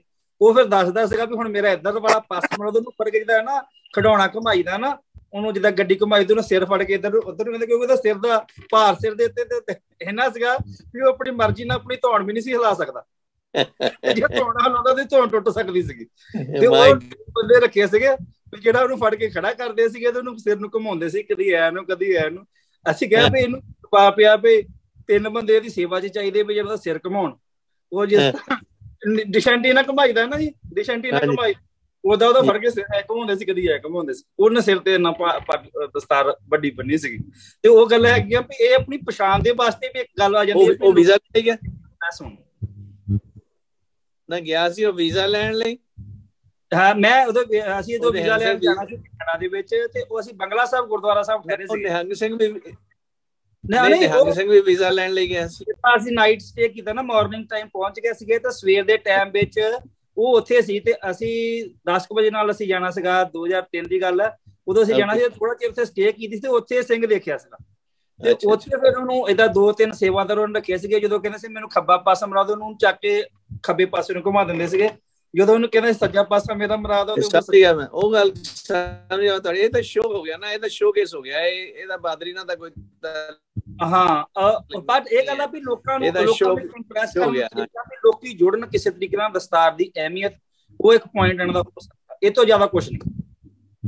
ਤੇ ਜਿਹੜਾ ਬੰਦਾ ਆਪਣਾ ਸਿਰ ਨਹੀਂ ਆਪਣੀ ਮਰਜ਼ੀ ਨਾਲ ਘੁਮਾ ਸਕਦਾ, ਦਸਤਾਰ ਕੀ ਚਲਾਉਣਾ ਹਨਾ, ਉਹਦੇ ਵਿੱਚ ਫਿਰ ਇਹ ਗੱਲ ਆ ਜਾਂਦੀ। Thank you doctor Inderjit Singh, ਤੁਹਾਡੇ ਖਿਆਲ ਅਨੁਸਾਰ ਕੋਈ ਹੋਰ ਚੀਜ਼ ਐਡ ਕਰਨੀ ਹੋਵੇ ਤੁਸੀਂ ਇੱਥੇ ਹੋਲੇ ਮਹੱਲੇ ਦੇ ਜਿਹੜੀਆਂ ਗੱਲਾਂ ਕਰ ਰਹੇ ਹਾਂ ਅਸੀਂ, ਮੇਰੇ ਮਨ ਦੇ ਵਿੱਚ ਹਲੇ ਵੀ ਇਹ ਹੈ ਕਿ ਬਈ ਬਾਵਜੂਦ ਇਸ ਦੇ ਕਿ ਇੰਨੀਆਂ ਲੜਾਈਆਂ ਲੱਗ ਚੁੱਕੀ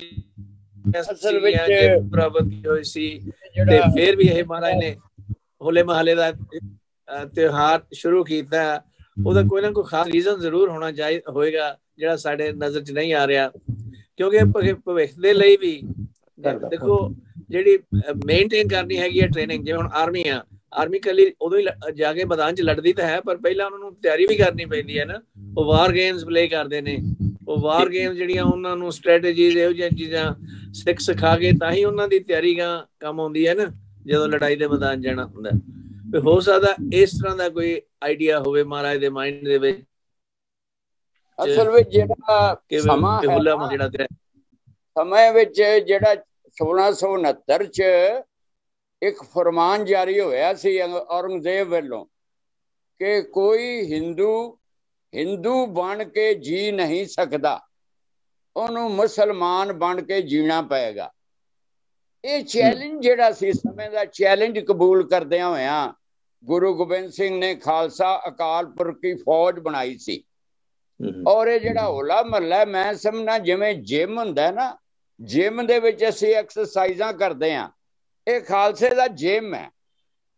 ਹੋਲਾ ਮਹੱਲਾ ਜਿਹੜਾ ਹੈ ਸਾਰਾ ਅਸਲ ਵਿੱਚ ਪੂਰਨ ਜਿਹੜੀ ਮਾਨਵੀ ਹਸਤੀ ਹੈ ਉਹਦਾ ਉਸਾਰੀ ਇਹ ਖੇਡ ਦੇ ਨਾਲ ਹੋ ਸਕਦੀ ਹੈ। ਜੰਗੀ ਕਰਤੱਵ ਜਿਹੜੇ ਨੇ ਉਹਨਾਂ ਦਾ ਜੁੱਸਾ ਬਲਵਾਨ ਬਣਦਾ, ਤੇ ਜੁੱਸਾ ਬਲਵਾਨ ਬਣਨ ਲਈ ਮਨ ਬਲਵਾਨ ਬਣਨ ਲਈ ਬਾਣੀ ਚਾਹੀਦੀ ਹੈ। ਇਹ ਤਾਂ ਸਦੀਵੀ ਇਹ ਹੋਲਾ ਮਹੱਲਾ ਸਦੀਵੀ ਜਿਹੜੀ ਇੱਕ ਜੀਵਨ ਚਾਲ ਹੈ ਕਿ ਅਸੀਂ ਮਨ ਬਲਵਾਨ ਕਰਾਂਗੇ ਬਾਣੀ ਦੇ ਨਾਲ। ਧੰਨ ਜੀਓ ਤੇ ਕੋ ਜਗ ਮੈਂ ਮੁਖ ਤੇ ਹਰ, ਮੁਖੋ ਹਰ ਹਰ ਕਰਾਂਗੇ ਤੇ ਮਨ ਬਲਵਾਨ ਹੋਏਗਾ ਤੇ ਜੁੱਸਾ ਬਲਵਾਨ ਹੋਏਗਾ ਐਕਸਰਸਾਈਜ਼ ਨਾਲ। ਘੋੜ ਸਵਾਰੀ ਸਮਝ ਲਓ ਜਾਂ ਤੀਰਾਂ ਤਲਵਾਰਾਂ ਦੀ ਟ੍ਰੇਨਿੰਗ ਸਮਝ ਲਓ। ਤੇ ਇਹ ਤੇ ਸਦੀਵੀ ਮਨੁੱਖੀ ਪੂਰਨ ਹਸਤੀ ਦਾ ਜਿਹੜਾ ਸੰਕਲਪ ਹੈ ਇਹ ਹੋਲੇ ਮਹੱਲੇ ਦੇ ਸੰਕਲਪ ਨਾਲ ਜੁੜਿਆ। ਆ ਹੁਣ ਮਾਡਰਨ ਯੁੱਗ ਵਿੱਚ ਜਿਨ੍ਹਾਂ ਲੋਕਾਂ ਨੇ ਜ਼ਾਲਮਾਂ ਨੂੰ ਖਤਮ ਕੀਤਾ, ਜਿਵੇਂ ਬਲੂ ਸਟਾਰ ਜਿਨ੍ਹਾਂ ਨੇ ਗੌਰਮੈਂਟ ਨੇ ਕੀਤਾ, ਬਲੂ ਸਟਾਰ ਦਾ ਬਦਲਾ ਕਿਹਨੇ ਚੁਕਾਇਆ? ਸਤਵੰਤ ਸਿੰਘ। ਇਹ ਰੋਜ਼ ਸਤਵੰਤ ਸਿੰਘ ਅਖਾੜੇ ਵਿੱਚ ਜਾਂਦਾ ਹੁੰਦਾ ਸੀ, ਇਹਦਾ ਤੁਸੀਂ ਜੀਵਨ ਪੜ੍ਹੋ। ਅਖਾੜੇ ਵਿੱਚ ਰੋਜ਼ ਐਕਸਰਸਾਈਜ਼ ਕਰਦਾ ਸੀ। ਸੁੱਖਾ ਜੰਦਾ ਨੇ ਜੋ ਕਰਤੱਵ ਕੀਤੇ, ਇਹ ਜਿਹੜੀ ਮਾਨਸਿਕ ਤਿਆਰੀ ਹੈ ਬਾਣੀ ਦੁਆਰਾ, ਤੇ ਐਕਸ਼ਨ ਤਾਂ ਸਰੀਰ ਨੇ ਕਰਨਾ। ਸਰੀਰ ਐਕਸ਼ਨ ਜਿਹੜਾ ਹੈ ਉਹ ਬਈ ਇਹ ਐਕਸਰਸਾਈਜ਼ਾਂ ਜਿਹੜੀਆਂ ਨੇ ਉਹ ਹੀ ਕਰਾ ਸਕਦੀਆਂ ਨੇ। ਤੇ ਇਹ ਗੁਰੂ ਸਾਹਿਬ ਨੇ ਇੱਕ ਇਹ ਜਿਹੜਾ ਸਾਰੀ ਦੁਨੀਆ ਜਿਹੜੀ ਹੈ ਇੱਕ ਅਖਾੜਾ ਹੈ। ਗੁਰੂ ਨਾਨਕ ਸਾਹਿਬ ਨੇ ਕਿਹਾ ਨਾ, ਆਪੇ ਛਿੰਝ ਪਵਾਏ ਮੱਲਾ ਖਾੜਾ ਰਚਿਆ, ਲੱਥੇ ਬੜਥੇ ਪਾਏ ਗੁਰਮੁਖ ਮਚਿਆ, ਮਨਮੁਖ ਮਾਰੇ ਪਛਾੜ ਮੂਰਖ ਕੱਚਿਆ, ਆਪ ਭੇੜੇ ਮਾਰੇ ਆਪ ਆਪੇ ਕਾਰਜ ਰਚਿਆ। ਇਹ ਸੰਸਾਰ ਅਖਾੜਾ ਹੈ। ਹੁਣ ਵੀ ਅਖਾੜੇ ਬੰਨੇ ਜਾਂਦੇ ਨੇ ਜਦੋਂ ਮਹੱਲਾ ਚੜ੍ਹਦਾ ਹੈ। ਮਹੱਲੇ ਦਾ ਜਿਹੜਾ ਮਹੱਲੇ ਦਾ ਮਤਲਬ ਹੈ ਕਿ ਜਿਸ ਥਾਂ ਤੇ ਫਤਿਹ ਪਾ ਕੇ ਪੜਾ ਕਰੀਦਾ। ਇਹ ਤਾਂ ਦੋ ਸਾਈਡਾਂ ਦੀ ਮਸਨੂਈ ਟ੍ਰੇਨਿੰਗ ਕੀਤੀ ਜਾਂਦੀ ਸੀ। ਇਹ ਫੇਕ ਜਿਵੇਂ ਚਾਂਦ ਮਾਰੀ ਫੌਜਾਂ ਕਰਦੀਆਂ ਨੇ, ਫੇਕ ਲੜਾਈ ਕੀਤੀ ਜਾਂਦੀ ਸੀ। ਇਹ ਤਾਂ ਹਰ ਯੁੱਗ ਵਿੱਚ ਹੋਲੇ ਮਹੱਲੇ ਦਾ ਕਨਸੈਪਟ ਜਿਹੜਾ ਉਹ ਨਾਲ ਨਾਲ ਲਿਭਦਾ। ਐਸੇ ਜਿਹੜੇ ਨਿਹੰਗ ਦਾ ਮਤਲਬ ਵੈਸੇ ਇਹ ਹੁੰਦਾ ਬੇਪਰਵਾਹ, ਜਿਸ ਨੂੰ ਮੌਤ ਦਾ ਡਰ ਨਹੀਂ ਉਹ ਨਿਹੰਗ ਹੈ। ਜਿਸ ਦਾ ਬਲਵਾਨ ਕਰੈਕਟਰ ਹੈ ਉਹ ਨਿਹੰਗ ਹੈ। ਪੁਰਾਣੇ ਪੁਰਾਣੇ ਸਮਿਆਂ 'ਚ ਗੱਲ ਮਸ਼ਹੂਰ ਸੀ ਕਿ ਆ ਗਏ ਨਿਹੰਗ, ਬੂਆ ਖੋਲ ਦਿਓ ਨਿਸ਼ੰਗ, ਬੂਆ ਖੋਲ ਦਿਓ ਨਿਸ਼ੰਗ। ਨਿਹੰਗਾਂ ਤੋਂ ਇਹ ਇੱਕ ਆਚਰਨ ਦੀ ਉੱਚਤਾਈ ਦਾ ਪ੍ਰਤੀਕ ਸੀ। ਔਰ ਨਿਹੰਗਾਂ 'ਚ ਬੜੇ ਬੜੇ ਭਜਨੀਕ ਹੋਏ ਨੇ ਜਿਨ੍ਹਾਂ ਨੇ ਨਿਹੰਗ ਬਣ ਕੇ ਦੁਨੀਆ ਦੇ ਲੋਭ ਲਾਲਚਾਂ ਨੂੰ ਛੱਡ ਕੇ ਤਿਆਗ ਕੇ ਜਿਨ੍ਹਾਂ ਨੇ ਪ੍ਰਮਾਤਮਾ ਦੀ ਭਗਤੀ ਕੀਤੀ। ਇਹ ਭਗਤੀ ਤੇ ਸ਼ਕਤੀ ਦਾ ਪ੍ਰਤੀਕ ਹੈ। ਇਹ ਜਿਹੜਾ ਹੋਲਾ ਮਹੱਲਾ ਹੈ ਇਹ ਸਦੀਵੀ ਖਾਲਸੇ ਦੀ ਸਦੀਵੀ ਫੌਜ ਹੈ। ਇਹ ਖਾਲਸਾ ਅਕਾਲ ਪੁਰਖ ਫੌਜ ਸੀ, ਤਾਂ ਹੀ ਪੰਜਾਬ ਤੇ ਕਸ਼ਮੀਰ ਰਹਿ ਗਿਆ। ਪੰਜਾਬ ਨਹੀਂ ਤੇ ਅਹਿਮਦ ਸ਼ਾਹ ਅਬਦਾਲੀ ਨੇ ਕਾਬਲ ਦੇ ਅਧੀਨ ਕਰ ਲੈਣਾ ਸੀ। 30-30 ਹਜ਼ਾਰ ਸਿੰਘ ਸ਼ਹੀਦ ਹੋਏ ਪੰਜਾਬ ਨੂੰ ਆਜ਼ਾਦ ਰੱਖਣ ਲਈ। ਔਰ ਕਸ਼ਮੀਰ 1819 ਚ महाराजा रणजीत सिंह ने जित के खालसा राज बनाया। तो पंजाब ते कश्मीर जे हिंदुस्तान दे नक्शे विच हैगे ने, ये खालसा अकाल पुरख की फौज करके हैगे ने। ये किताब प्रसिद्ध कीता है, जिहड़ी नवीं किताब है, इहदे विच दो जिहड़े चैप्टर ने वो सिख फौज दे और सिखां दी आर्मी दे संबंधित। Thank you. सो एक होर भी बोलबाला वीर जी मशहूर सी उन्हां दिनां च, उदों कहंदे रन चली बसे नूं रोकी भाई कच्छ वाले आ। बाबा कच्छ बड़ा मशहूर बोला सी। हां जी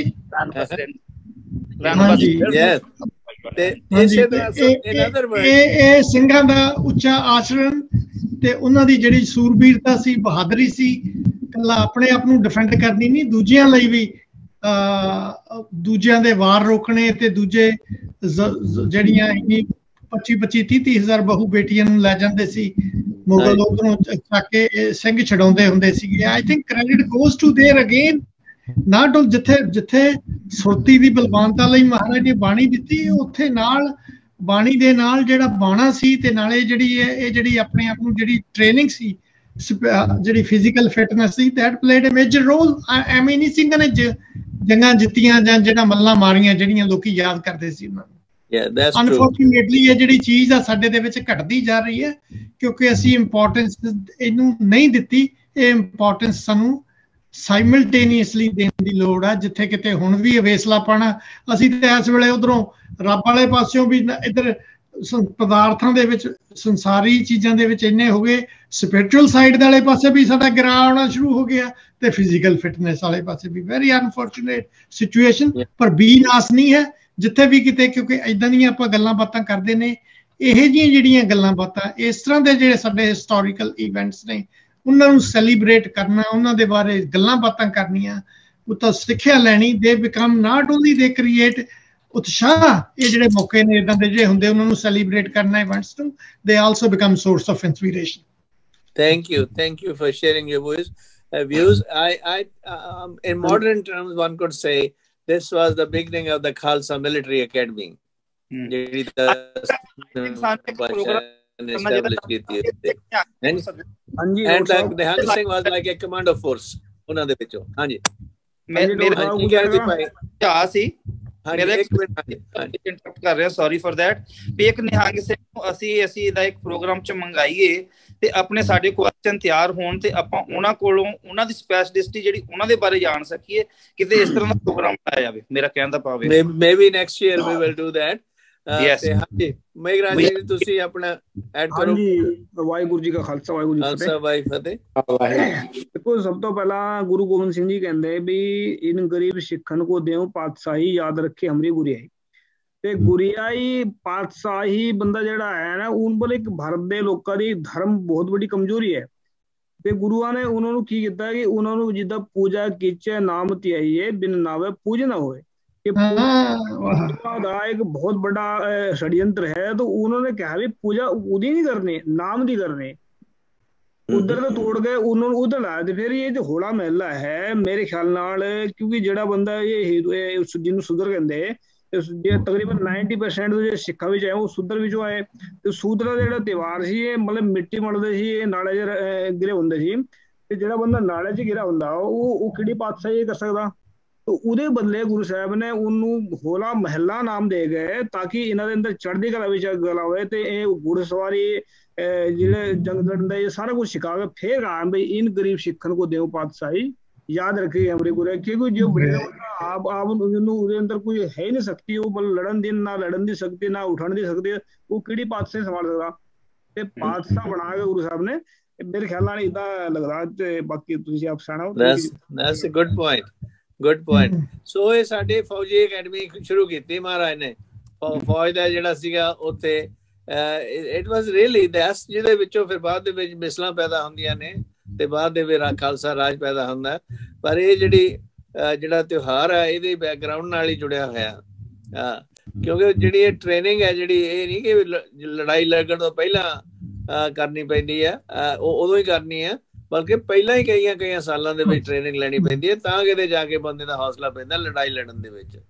ਜੇ ਮੈਡੀਕਲ ਸਕੂਲ ਜਾਣਾ ਹੋਵੇ ਇੱਕਦਮ ਹੀ ਨਹੀਂ ਤੁਸੀਂ ਪ੍ਰਿਸਕ੍ਰਿਪਸ਼ਨ ਲਿਖਣ ਲੱਗ ਜਾਂਦੇ, ਡਾਇਗਨੋਸ ਕਰਨ। 4-5 ਸਾਲ 8 ਸਾਲ ਧੱਕੇ ਖਾਣੇ ਪੈਂਦੇ ਨੇ ਪਹਿਲਾਂ, ਮਿਹਨਤ ਕਰਨੀ ਪੈਂਦੀ ਹੈ, ਫਿਰ ਕਿਤੇ ਤੁਹਾਡੇ ਕੋਲ ਉਹ ਰਿਸਪੌਂਸਿਬਿਲਿਟੀ ਆਉਂਦੀ ਹੈ, ਪ੍ਰਿਵਿਲੇਜ।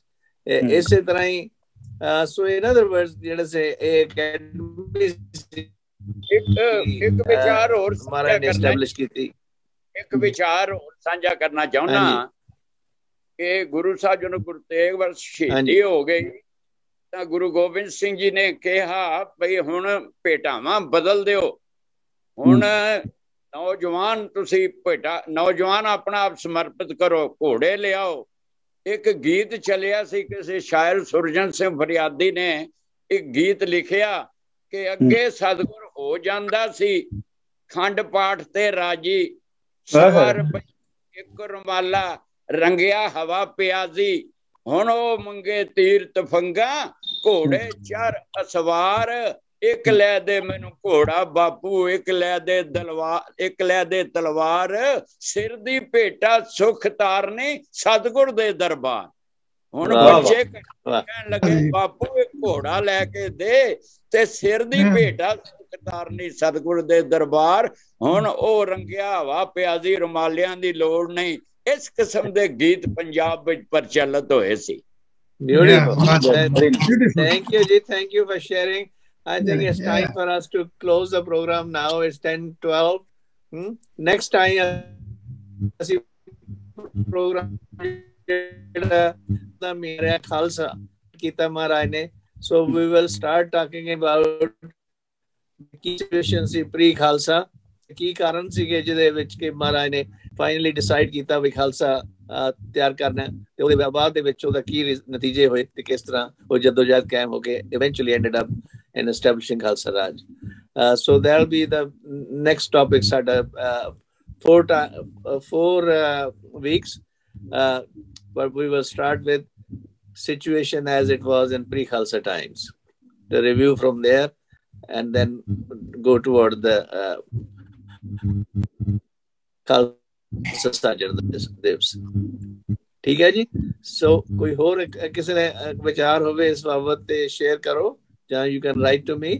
ਸਾਰਿਆਂ ਦਾ ਬਹੁਤ ਬਹੁਤ ਧੰਨਵਾਦ ਤੁਹਾਡਾ, ਤੇ ਨਾਲੇ ਸਾਰੇ ਜਿਹੜੇ ਪਾਰਟਿਸਿਪੈਂਟਸ ਨੇ ਤੇ ਜਿਹੜੇ ਆਡੀਅנס ਨੇ, ਤੇ ਜੇ ਤੁਹਾਡੇ ਵਿਚਾਰ ਹੋਣ ਪਲੀਜ਼ ਨੋਟ, ਇਹ ਸਾਡੇ ਇੰਡੀਵਿਜੂਅਲ ਵਿਚਾਰ ਨੇ, ਇਹ ਸ਼ੇਅਰ ਕਰਨ ਦਾ ਆਈਡੀਆ ਇਹੀ ਹੈ ਕਿ ਇਹ ਨਹੀਂ ਕਿ ਅਸੀਂ ਪਰਫੈਕਟ ਹਾਂ ਆਪਣੇ ਵਿਚਾਰਾਂ ਦੇ ਵਿੱਚ, ਇੱਕ ਦੂਜੇ ਨਾਲ ਰਲ ਕੇ ਇਹ ਸੰਗਤ ਕਰਨੀ ਜਿਹੜੀ ਹੈ, ਸੰਗਤ ਦੇ ਵਿੱਚੋਂ ਹੀ ਰੰਗਤ ਬਣਦੀ ਹੈ ਸਾਡੇ ਆਪਣੇ ਉੱਤੇ, ਤੇ ਹੌਲੀ ਹੌਲੀ ਜਿਹੜਾ ਮਹਾਰਾਜ ਦੀ ਕਿਰਪਾ ਨਾਲ ਉਹ ਜਿਹੜਾ ਸਾਨੂੰ ਭਗਤੀ ਤੇ ਸ਼ਕਤੀ ਦਾ ਰੰਗ ਲੱਗੇਗਾ।